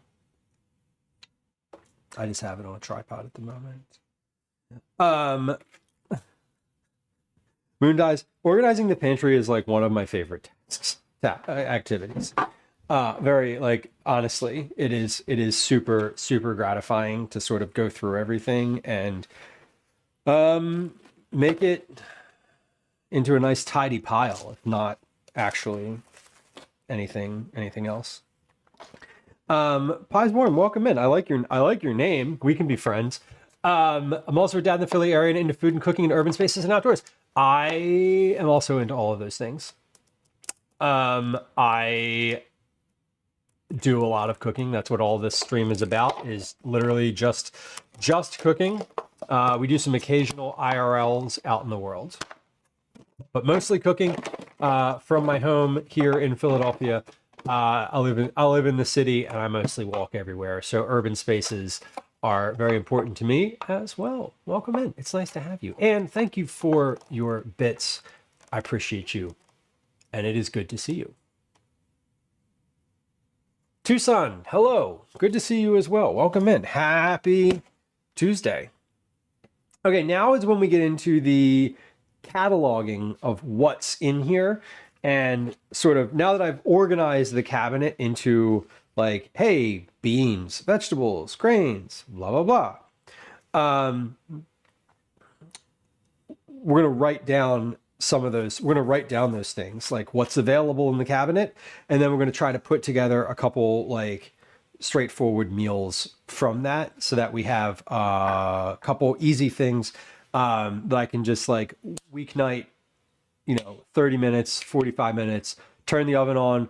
Basically, I want to be able to turn the oven on and boil a pot of water and have like a couple meals that either require the oven or a pot of water ready to go or ready to make super easily that I don't have to like think about. And we'll probably end up doing a few of those on stream. So just like, that's what we're doing. In Delco, excellent. I am very familiar with Delco as well. Tucson, I have not seen that. A pop-out camera. That's kind of cool. I love I don't know what the name of the camera is that some streamers have that does like it like turns. Kanara might have one. I know Lemon has one. I think Chef John has one. I forget the name of it, but those are pretty cool. I like I don't know. I like those mobile things. I also just think about it and I'm like, oh, more pieces to break. More things to just break on me. Yeah. Moondice, I actually do have some of the cupboard steps in there. They're in the back. I don't think they're super visible, but I do have them. They are great. I would definitely encourage you to grab some of those if you are so inclined. The only thing that I don't like about them is the ones towards the back of the cabinet. I can't put anything on. I can put like small things on, like tomato paste can go on the top shelf, but I don't want the tomato paste on the top shelf in the back because then it's way out of reach from when I actually need it. And I use it regularly. So, okay. We're going to, some of these are just like weird snacks like this. These pistachios, like I'm just going to leave these on the counter because I'll just eat these. Like I will just stand here and randomly eat these. Maybe during stream. I don't know. We'll see. I'm glad I found those flax bars in there. I was craving those the other day and I was like, I should make some more of those. I have them. They're right there. Okay. Let's start like cataloging some of this stuff. Okay, that's what we're gonna do next. So hold on. I don't know the best place to stand, so I'm like still on the screen and can also see. Anyway, okay, what do I actually? How do I want to do this? Let's do. I want to catalog. I want to write these things down by. How do I want to consider these? I want to do this like, these are things that are whole ingredients. So beans are a whole ingredient. You can do like beans and rice, right? And then I want to have flavors. So beans are a whole ingredient. Pumpkin is a flavor. I'm not just going to eat. I think how I'm thinking of it is, could I conceivably just eat it right out of the can? That's a whole thing. If I wouldn't eat it right out of the can, or not usually, normally, then that's going to be a flavor. So I think that's how I'm going to sort of bracket these two things. Right? Pumpkin stew. Yeah. One of the recipes I did this fall was a pumpkin pasta. It was pumpkin and pasta and chicken, and that's it. But I also am not going to, just eat the pumpkin. It needs to have something else in it, I think, is how I'm sort of conceptualizing this. So let's start with the whole ingredients, okay? We have corn. I just have an available cabinet. Corn. Two cans of corn. What are those? Cannellini beans. 1, 2, 3, 4. Cannellini's 4. Chickpeas 1. Butter beans 1. Lentils. Those are brown lentils. Doesn't matter. They're just lentils. Refried. I have refried beans. And yeah, I have refried beans. One's vegetarian, one's not. It really doesn't matter. Those I will consider under the whole ingredients. Because have I ever opened a can of refried beans and ate it directly from the can? No. I would heat it up first. But would I? Yeah. Yeah. Tuna. I have 2 cans of tuna. Okay. So then let's get into flavor. Flavor is like sort of the next step. Kristen, you organize by where it is in the grocery store that you go to. That makes sense. That makes sense too. I love knowing sort of all the different ways people organize. Because I don't think there's any wrong, like there's no wrong way. I think as long as you are the one who knows what's in there, and how it's organized, then that's what counts. I have tahini. I also have like some sauces in here. Well, I really just have one what I would consider sauce, like a standalone sauce. That is tikka.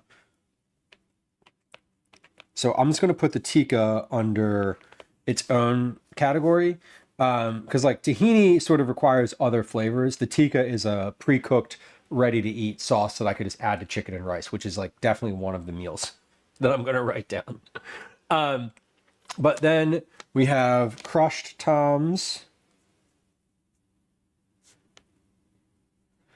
I have 1, 2, 3 cans of crushed tomatoes, whole, peeled, toms being tomatoes. 1.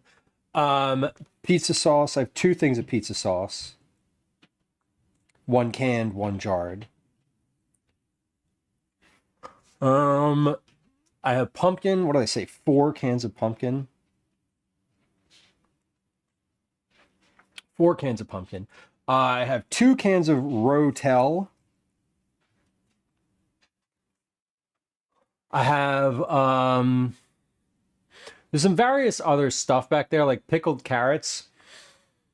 I actually think I just want to move those pickled carrots to the front because I've been craving pickles recently, and I don't know why I just left these in the back here, but I'm going to move those to the front. Oh, I also have back here these cans of Armageddon food, corned beef hash. Yeah. Yeah. I got corned beef hash in here. Those are for Gwen.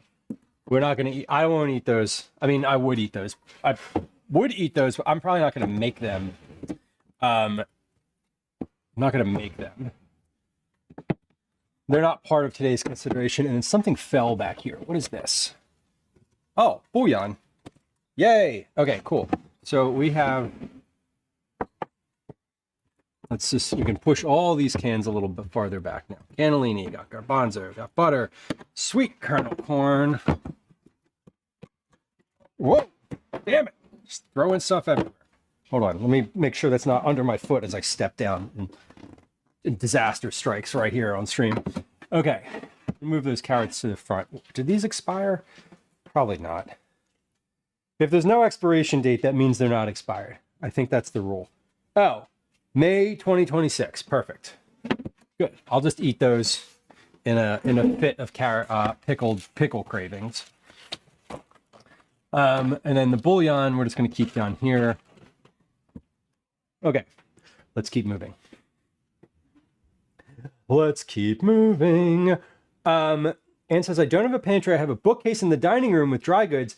a cabinet with cans and miscellaneous on the countertops. and then nice butt. Thank you. I'll take it. I love compliments. That's great. As I said, you have an organizational system. If it's not a pantry, you are at least organized in some capacity, which is nice and ideal. Available cabinet. Okay, so other whole things that I have in here.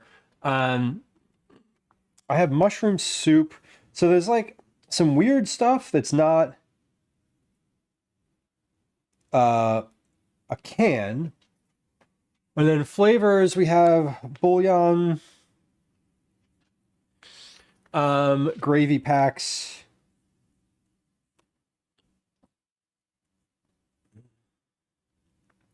Oh,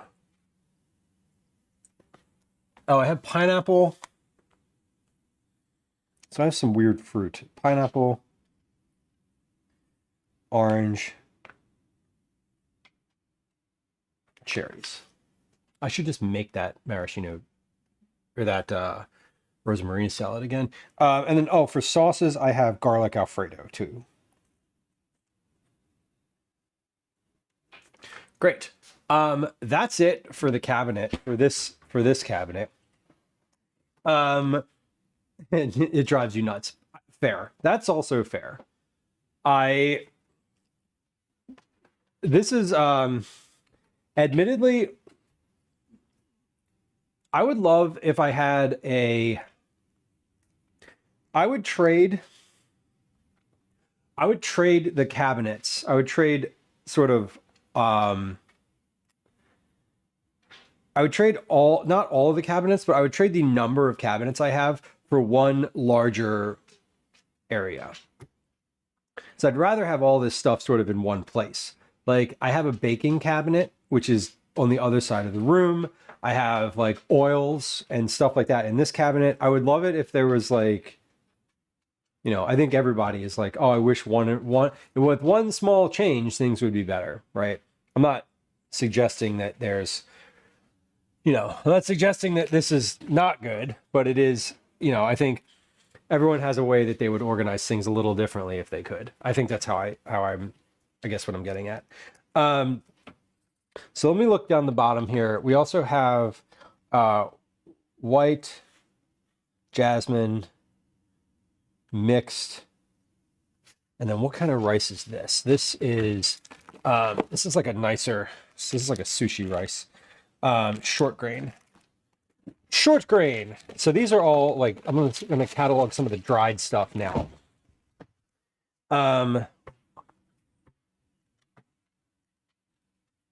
So this is rice.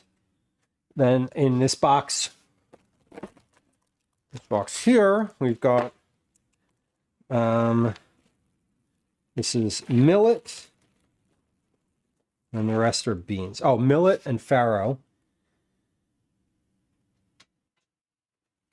I have lupini, so dried beans. I have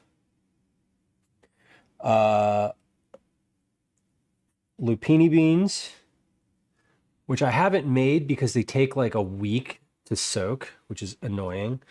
I also have polenta, which is a grain. I have those. I have butter beans. I have cannellini. I have garbanzo. And then under the grains, I also have farro. And these are in enough volume that I could make something with it. Like this is just enough millet to actually use. Oh, I also have black beans in here. What are these? Are these black beans? Yeah, those are black beans. Okay. I also have red beans in that container there. I have green lentils. I have quinoa.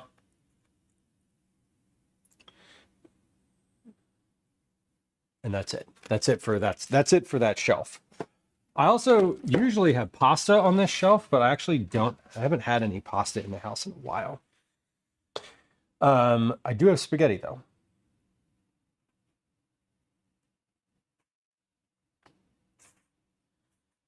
Okay. So that's a good outlay of like what I've got on hand. Okay. Good. Anything I need to keep? So the fridge is mostly cataloged in my head. I don't really need to write anything down from here. I guess the only thing I haven't touched in a while are these two bins. So I have a cheese bin and then like flavor bin, which is sort of leftover sauces or stuff like that. So let's start with the cheese bin. Cream cheese. Some of this, I have like there's 2 slices of mild cheddar cheese in here. Those are from November. I'm not going to chance those. They look okay. These are fine. I got these 2 weeks ago. I have a cheddar and parm. These are unopened. I have 1 slice of provolone. This is old. I don't know when this is from, but not going to chance that either. I don't need 1 slice of provolone. And then this is a Parmigiano. So I have 2 wedges of Parmesan in here. That's a lot.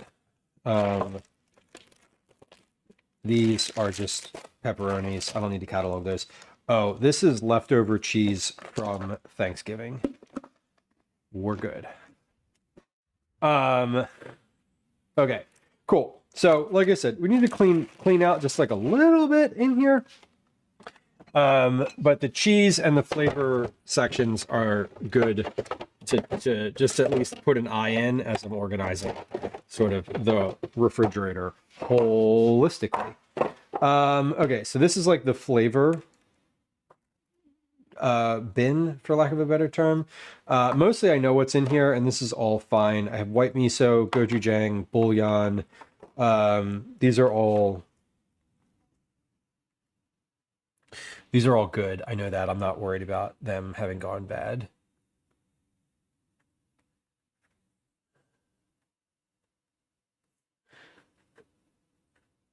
Okay. I have chipotle peppers in here. Harissa. Harissa, it takes forever to go bad. This is fine. Ooh, that smells amazing. Yeah, this is good, and I actually forgot that I had that in there, and I'm honestly kind of excited to use that now. Roasted garlic, this is also fine. Roasted garlic lasts for a while. Yep. Oh, that smells so good. This is from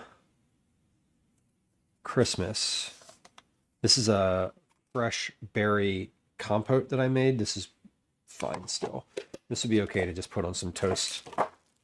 And then sealed tomato paste in a bag, which is good. Okay.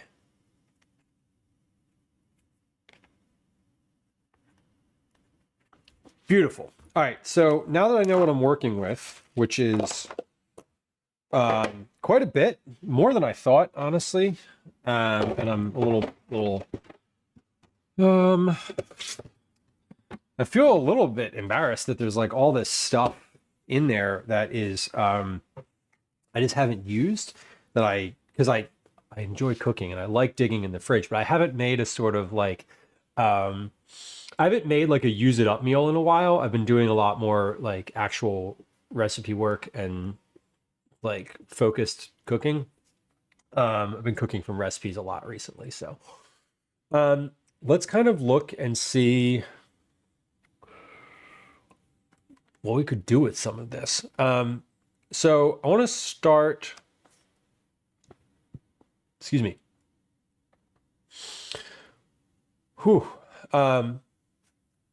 Let's start with the easy wins, right? Easy wins are going to be easy wins are going to be the jarred sauces. So we're going to start with like rice,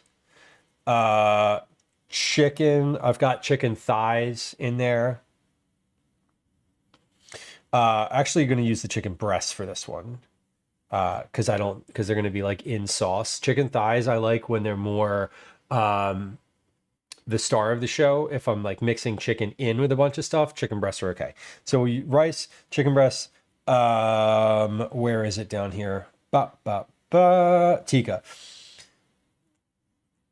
Okay, rice, chicken breasts, tikka masala. Into that I'll use a can of. We'll put the can of chickpeas. Chickpeas. So I have chicken and chickpeas. And that's an easy win right there. That's like one. That's one. So let's see. We're going to put little checks next to this. Chicken breasts. Actually, I don't want to put checks. I want to put like bullet points next to it. Because if I check things off, then I'll be annoyed because it'll look like they're done. They're not done. They're just accounted for. And the bullet points at the end of it will just look like I made bullet points and everything, which then makes it look nice, like I was organized to begin with. Federline says the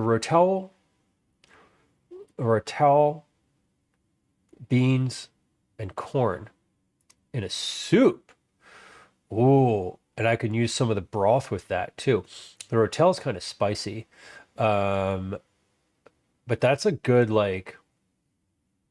I could add what kind of meat could I add to that? Bacon? Ground. I could put some ground sausage in that too. That sounds really good, actually. I have ground sausage frozen. It's like pre-cooked. So if I was going to dump all those things, I could use some of the broth. I could use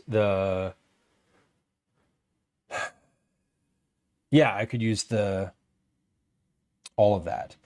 Let's see. Okay.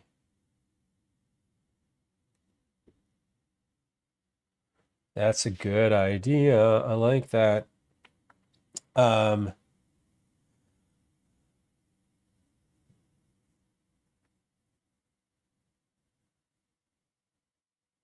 And okay, so we got ground sausage, we got rotel, we got a can of the beans, so just one can of beans. Fellas, you could add bacon to anything. Yeah, I know. That's also true. That's also true. Chicken thighs in the Instant Pot are so good. They don't get any browning on them, but they also maintain basically all of their moisture, which is significant to begin with. Into that soup, I could also add I could add some rice into that too. I could add some of that minute rice that I've got. Yeah, the Instant Pot broiler combo is fantastic. Okay, let's see. Oh, the other easy win here is the Alfredo sauce, which is like obviously we'll do pasta and chicken.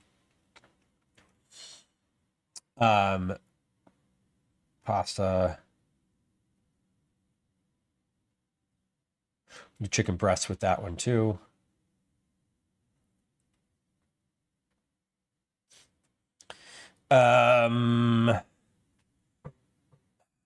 Chicken Alfredo.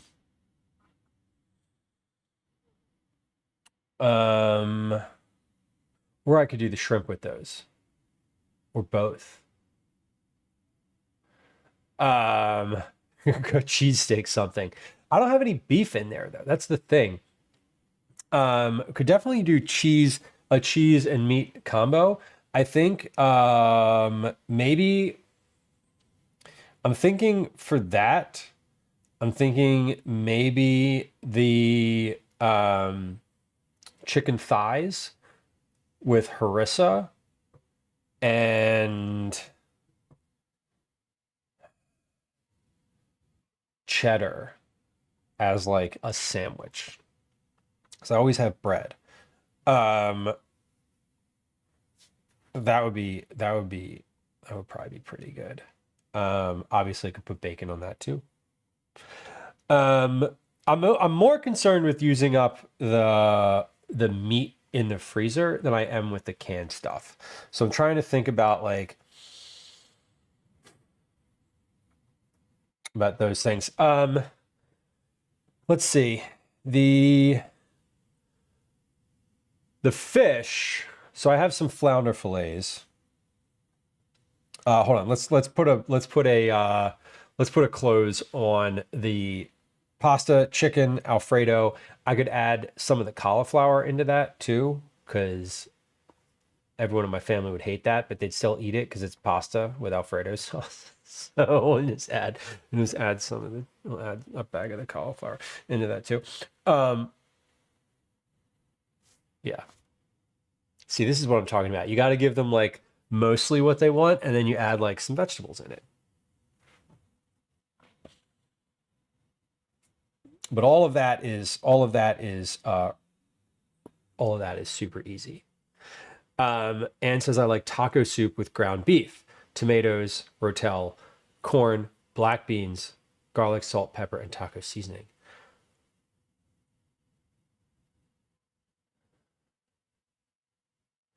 I could do that. I have a bag of sausage.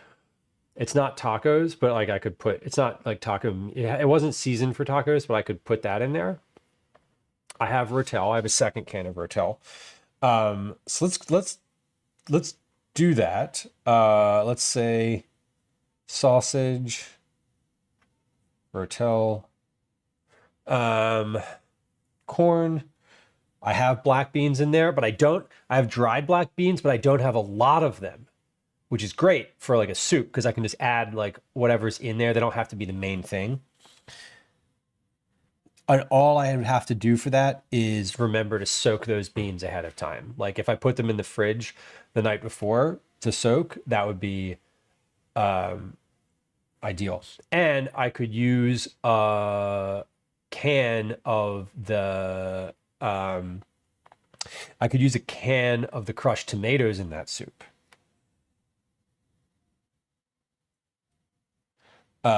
Which would be ideal. I would also obviously be using stock for that. The other big thing that I want to use up is stock. I have just a ton of that vegetable stock that we made in there. So, and I have, I might have a packet of taco seasoning in there. If not, taco seasoning is easy to like recreate. Chili powder, cumin, paprika, black pepper, garlic. Garlic, pepper, paprika.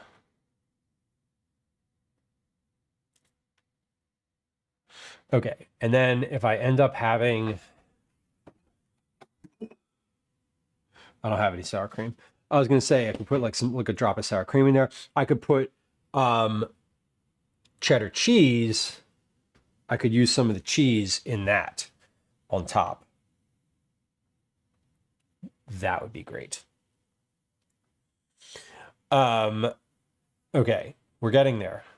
We're doing some good work here. The flounder has been in there for a while, and I feel like I really want to use that. What I think I'm going to do with that is like a fried lentil dish. So I have that can of lentils in there. Here's what we're going to do for that. We're going to do some lentils. I'm just going to put them in a pan and crisp them up. And like, I'm going to put them in a pan with the liquid from the can and like crisp them. I'm not sure what order of things there, but it'll be the lentils, and then into the same pan we'll do the flounder, whatever fresh herbs I have,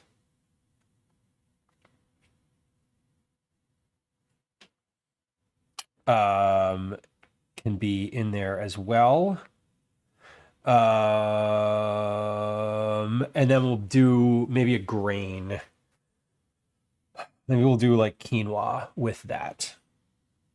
So like lentils and quinoa, basically like flounder with a side of lentils and quinoa with like fresh herbs. And maybe that's a dish that I can get some, maybe that's a dish I can get like some like fresh tomatoes for and just toss those in there with it. That would be great as well. There's some stuff in here. I'm probably just going to do like breakfast for dinner. So like the pork sausage patties that I have, I think will end up being breakfast for dinner. Let's see. Is there anything I could add into a quiche in here? I could do bacon, corn, I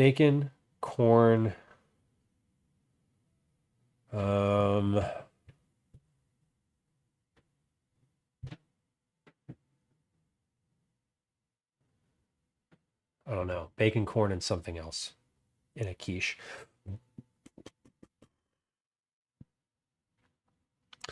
Okay, the other thing that I want to make sure I use up are these, the harissa. So we're going to do, I haven't used chicken thighs yet.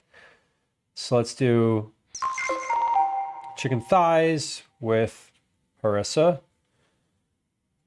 We'll do those with Jamie. Welcome in. Hello. Jamie, good to see you. Thank you for the resub. Hey, Jamie, you are on the list this month for folks that are guaranteed cookies from December. Just FYI, I will be reaching out in Discord as usual for that. I'll probably do the outreach stuff. Probably do the outreach for Cookie Club tonight.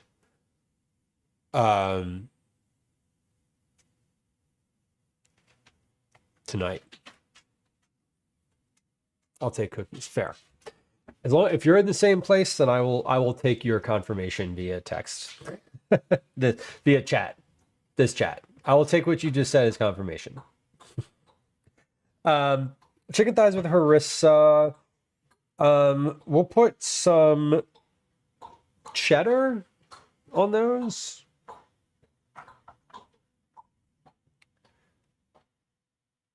Maybe. And mix that with, let's see, chicken thighs with harissa with rice.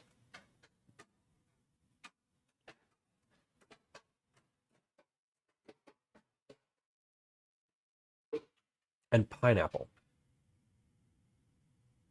Because the pineapple, I'll roast the pineapple and mix it with the rice and make it really spicy chicken, and the pineapple and this harissa will go really nicely together.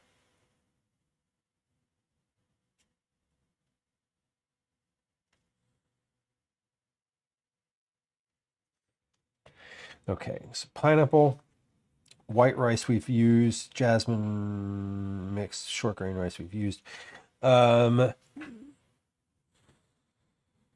Okay, other things that we definitely just need to do. A focaccia. Pizza, we have pizza sauce and Parmesan. That's a no-brainer. I'll put some shrimp in that.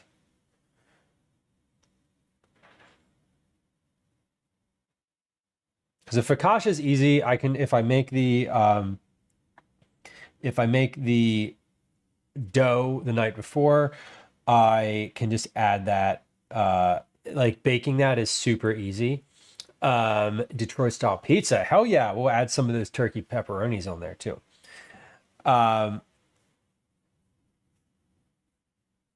And I could put the bacon on that. Focaccia with bacon and turkey pepperoni.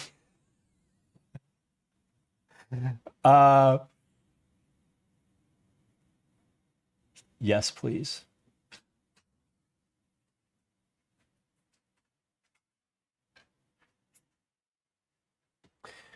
Okay.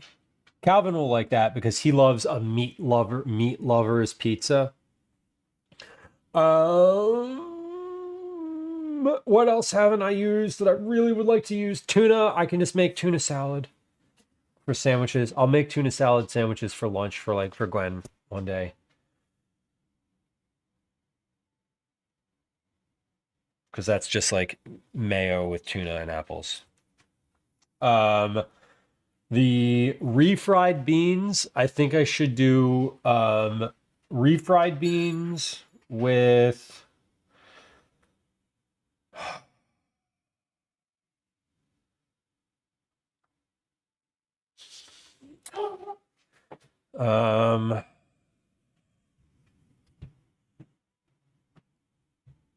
what do the refried beans get mixed with? Refried beans. That feels like something I should just make. Okay. I should just make tortillas. You could do like a tostada. Because if I make tortillas and then I use the refried beans, I can do fudge darling, that's a great idea. I could do I could make the tortillas for the enchiladas. I can use the refried beans along with the, let's see, tortillas, refried. I can use some of the tomato sauce. I can use a can of the tomato sauce along with some of the garlic, and I could add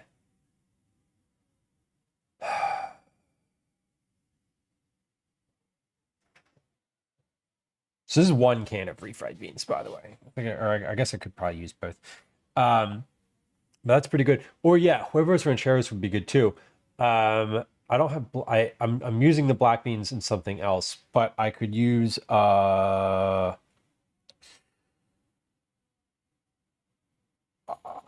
could use cannellini. I guess I could use white beans. Does it matter? Does it? I don't think it matters. Tortillas, refried beans, and then just regular beans. And then I can use the shrimp. I could actually put the shrimp in that too. That would probably be pretty good. Because that's like beans and shrimp with a red sauce. That's kind of...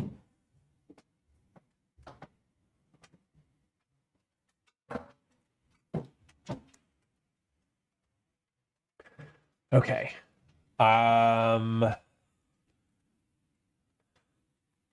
Okay, so the only things that have in the freezer that I haven't accounted for in these meals yet are 2 pork sausage patties, 4 turkey burgers, and 1 whole chicken. I don't need to worry about the whole chicken. It'll be fine. I will end up using it at some point. Half the recipes I write use a rotisserie chicken.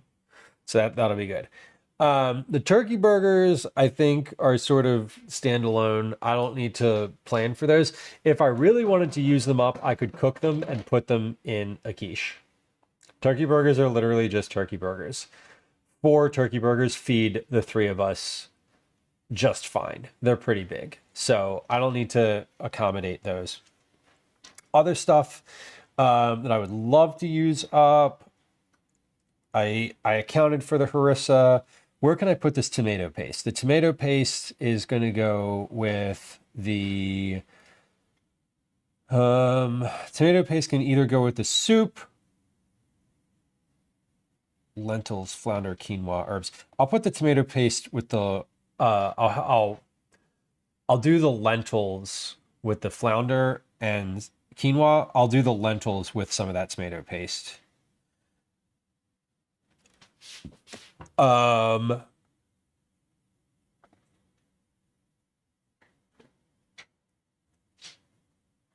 that should be pretty good.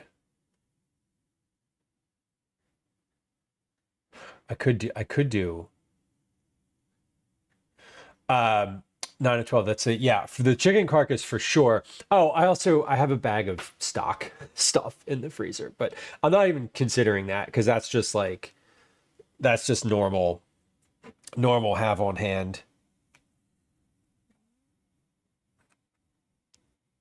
Okay, so without purchasing anything new, the only thing that I might consider purchasing here would be tortillas for these enchiladas in case I don't want to make them. Without purchasing anything new, I have 9 meals. Gravy on toast. Ooh. Beans on toast with gravy. Gravy beans. What could I put? Oh. An open-faced turkey burger sandwich, meaning a piece of bread with a turkey burger on top of it, with gravy.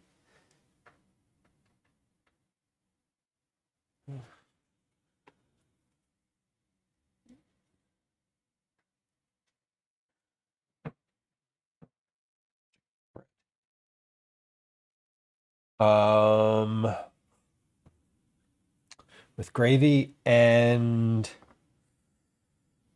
what other thing could I put on there to make it fine?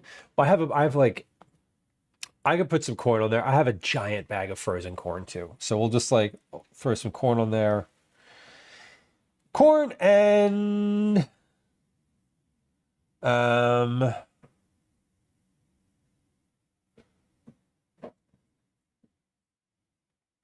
yeah, that's about it. And whatever fresh vegetable I have from the market or the store. That's just a seasonal, green beans or whatever. I'm also anticipating for many of these, the chicken and rice, fish and grains. I'm anticipating, I do go to the store for other reasons. So I'm anticipating I might just buy some broccoli and steam it and put it with these. So all of these are good. All of these are great options. Okay, 1, 2, 3, 4, 5, 6, 7, 8, 9, 10. 10 different options here from what I have in my freezer and pantry. Without buying a single new thing. And for some of these things, if the roasted garlic, by the time I get to some enchiladas, if that roasted garlic is not anymore good or whatever, none of these things rely on an ingredient that could potentially go bad. At least not really anytime soon. So we have rice, chicken breasts. We have a chicken tikka with chickpeas over rice. We have a soup that has sausage, cannellini beans, corn, rotel, and rice in it. We have a chicken Alfredo cauliflower pasta. Taco soup with sausage, rotel, corn, black beans, crushed tomatoes. Taco seasonings, maybe a little cheddar cheese on top. I have flounder with lentils and quinoa with fresh herbs, and cook the lentils in tomato paste with some tomato paste in them. Chicken and rice, chicken thighs with harissa and cheddar over rice and pineapple. Focaccia bread with pizza sauce, Parmesan, turkey pepperoni, and bacon. Tuna salad, like tuna fish salad. Enchiladas with tortillas, refried beans, tomato sauce, roasted garlic, regular beans, probably white beans, and shrimp. And an open-faced turkey burger sandwich with gravy and corn and whatever seasonal vegetable I happen to acquire. Great. That was successful.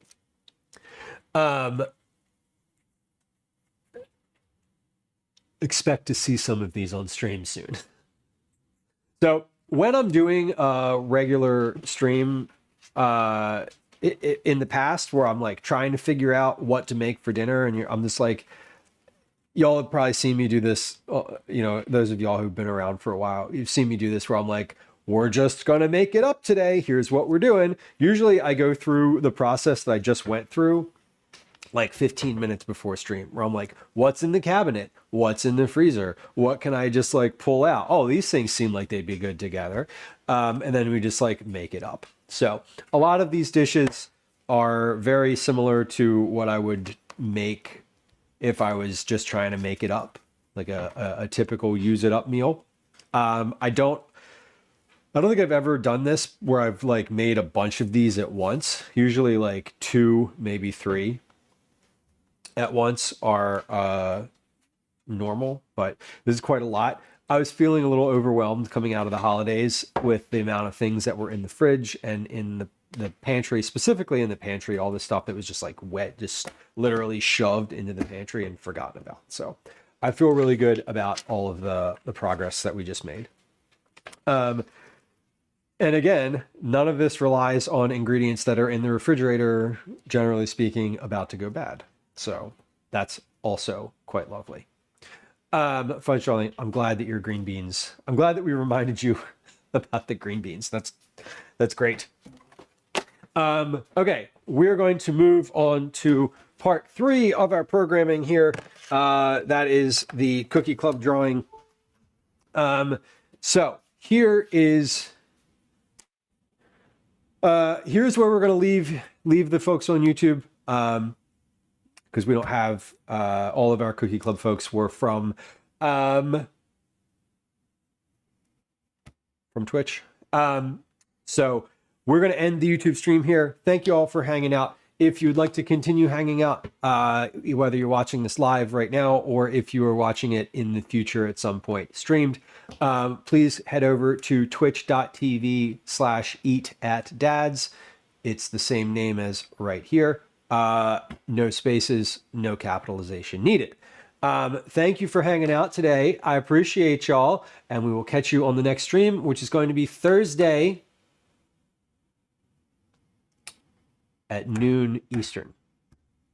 That would be Thursday, January 8th at noon Eastern. Okay, we're ending the YouTube stream here. Thanks for hanging out, y'all. I appreciate you, and I hope you have a lovely afternoon.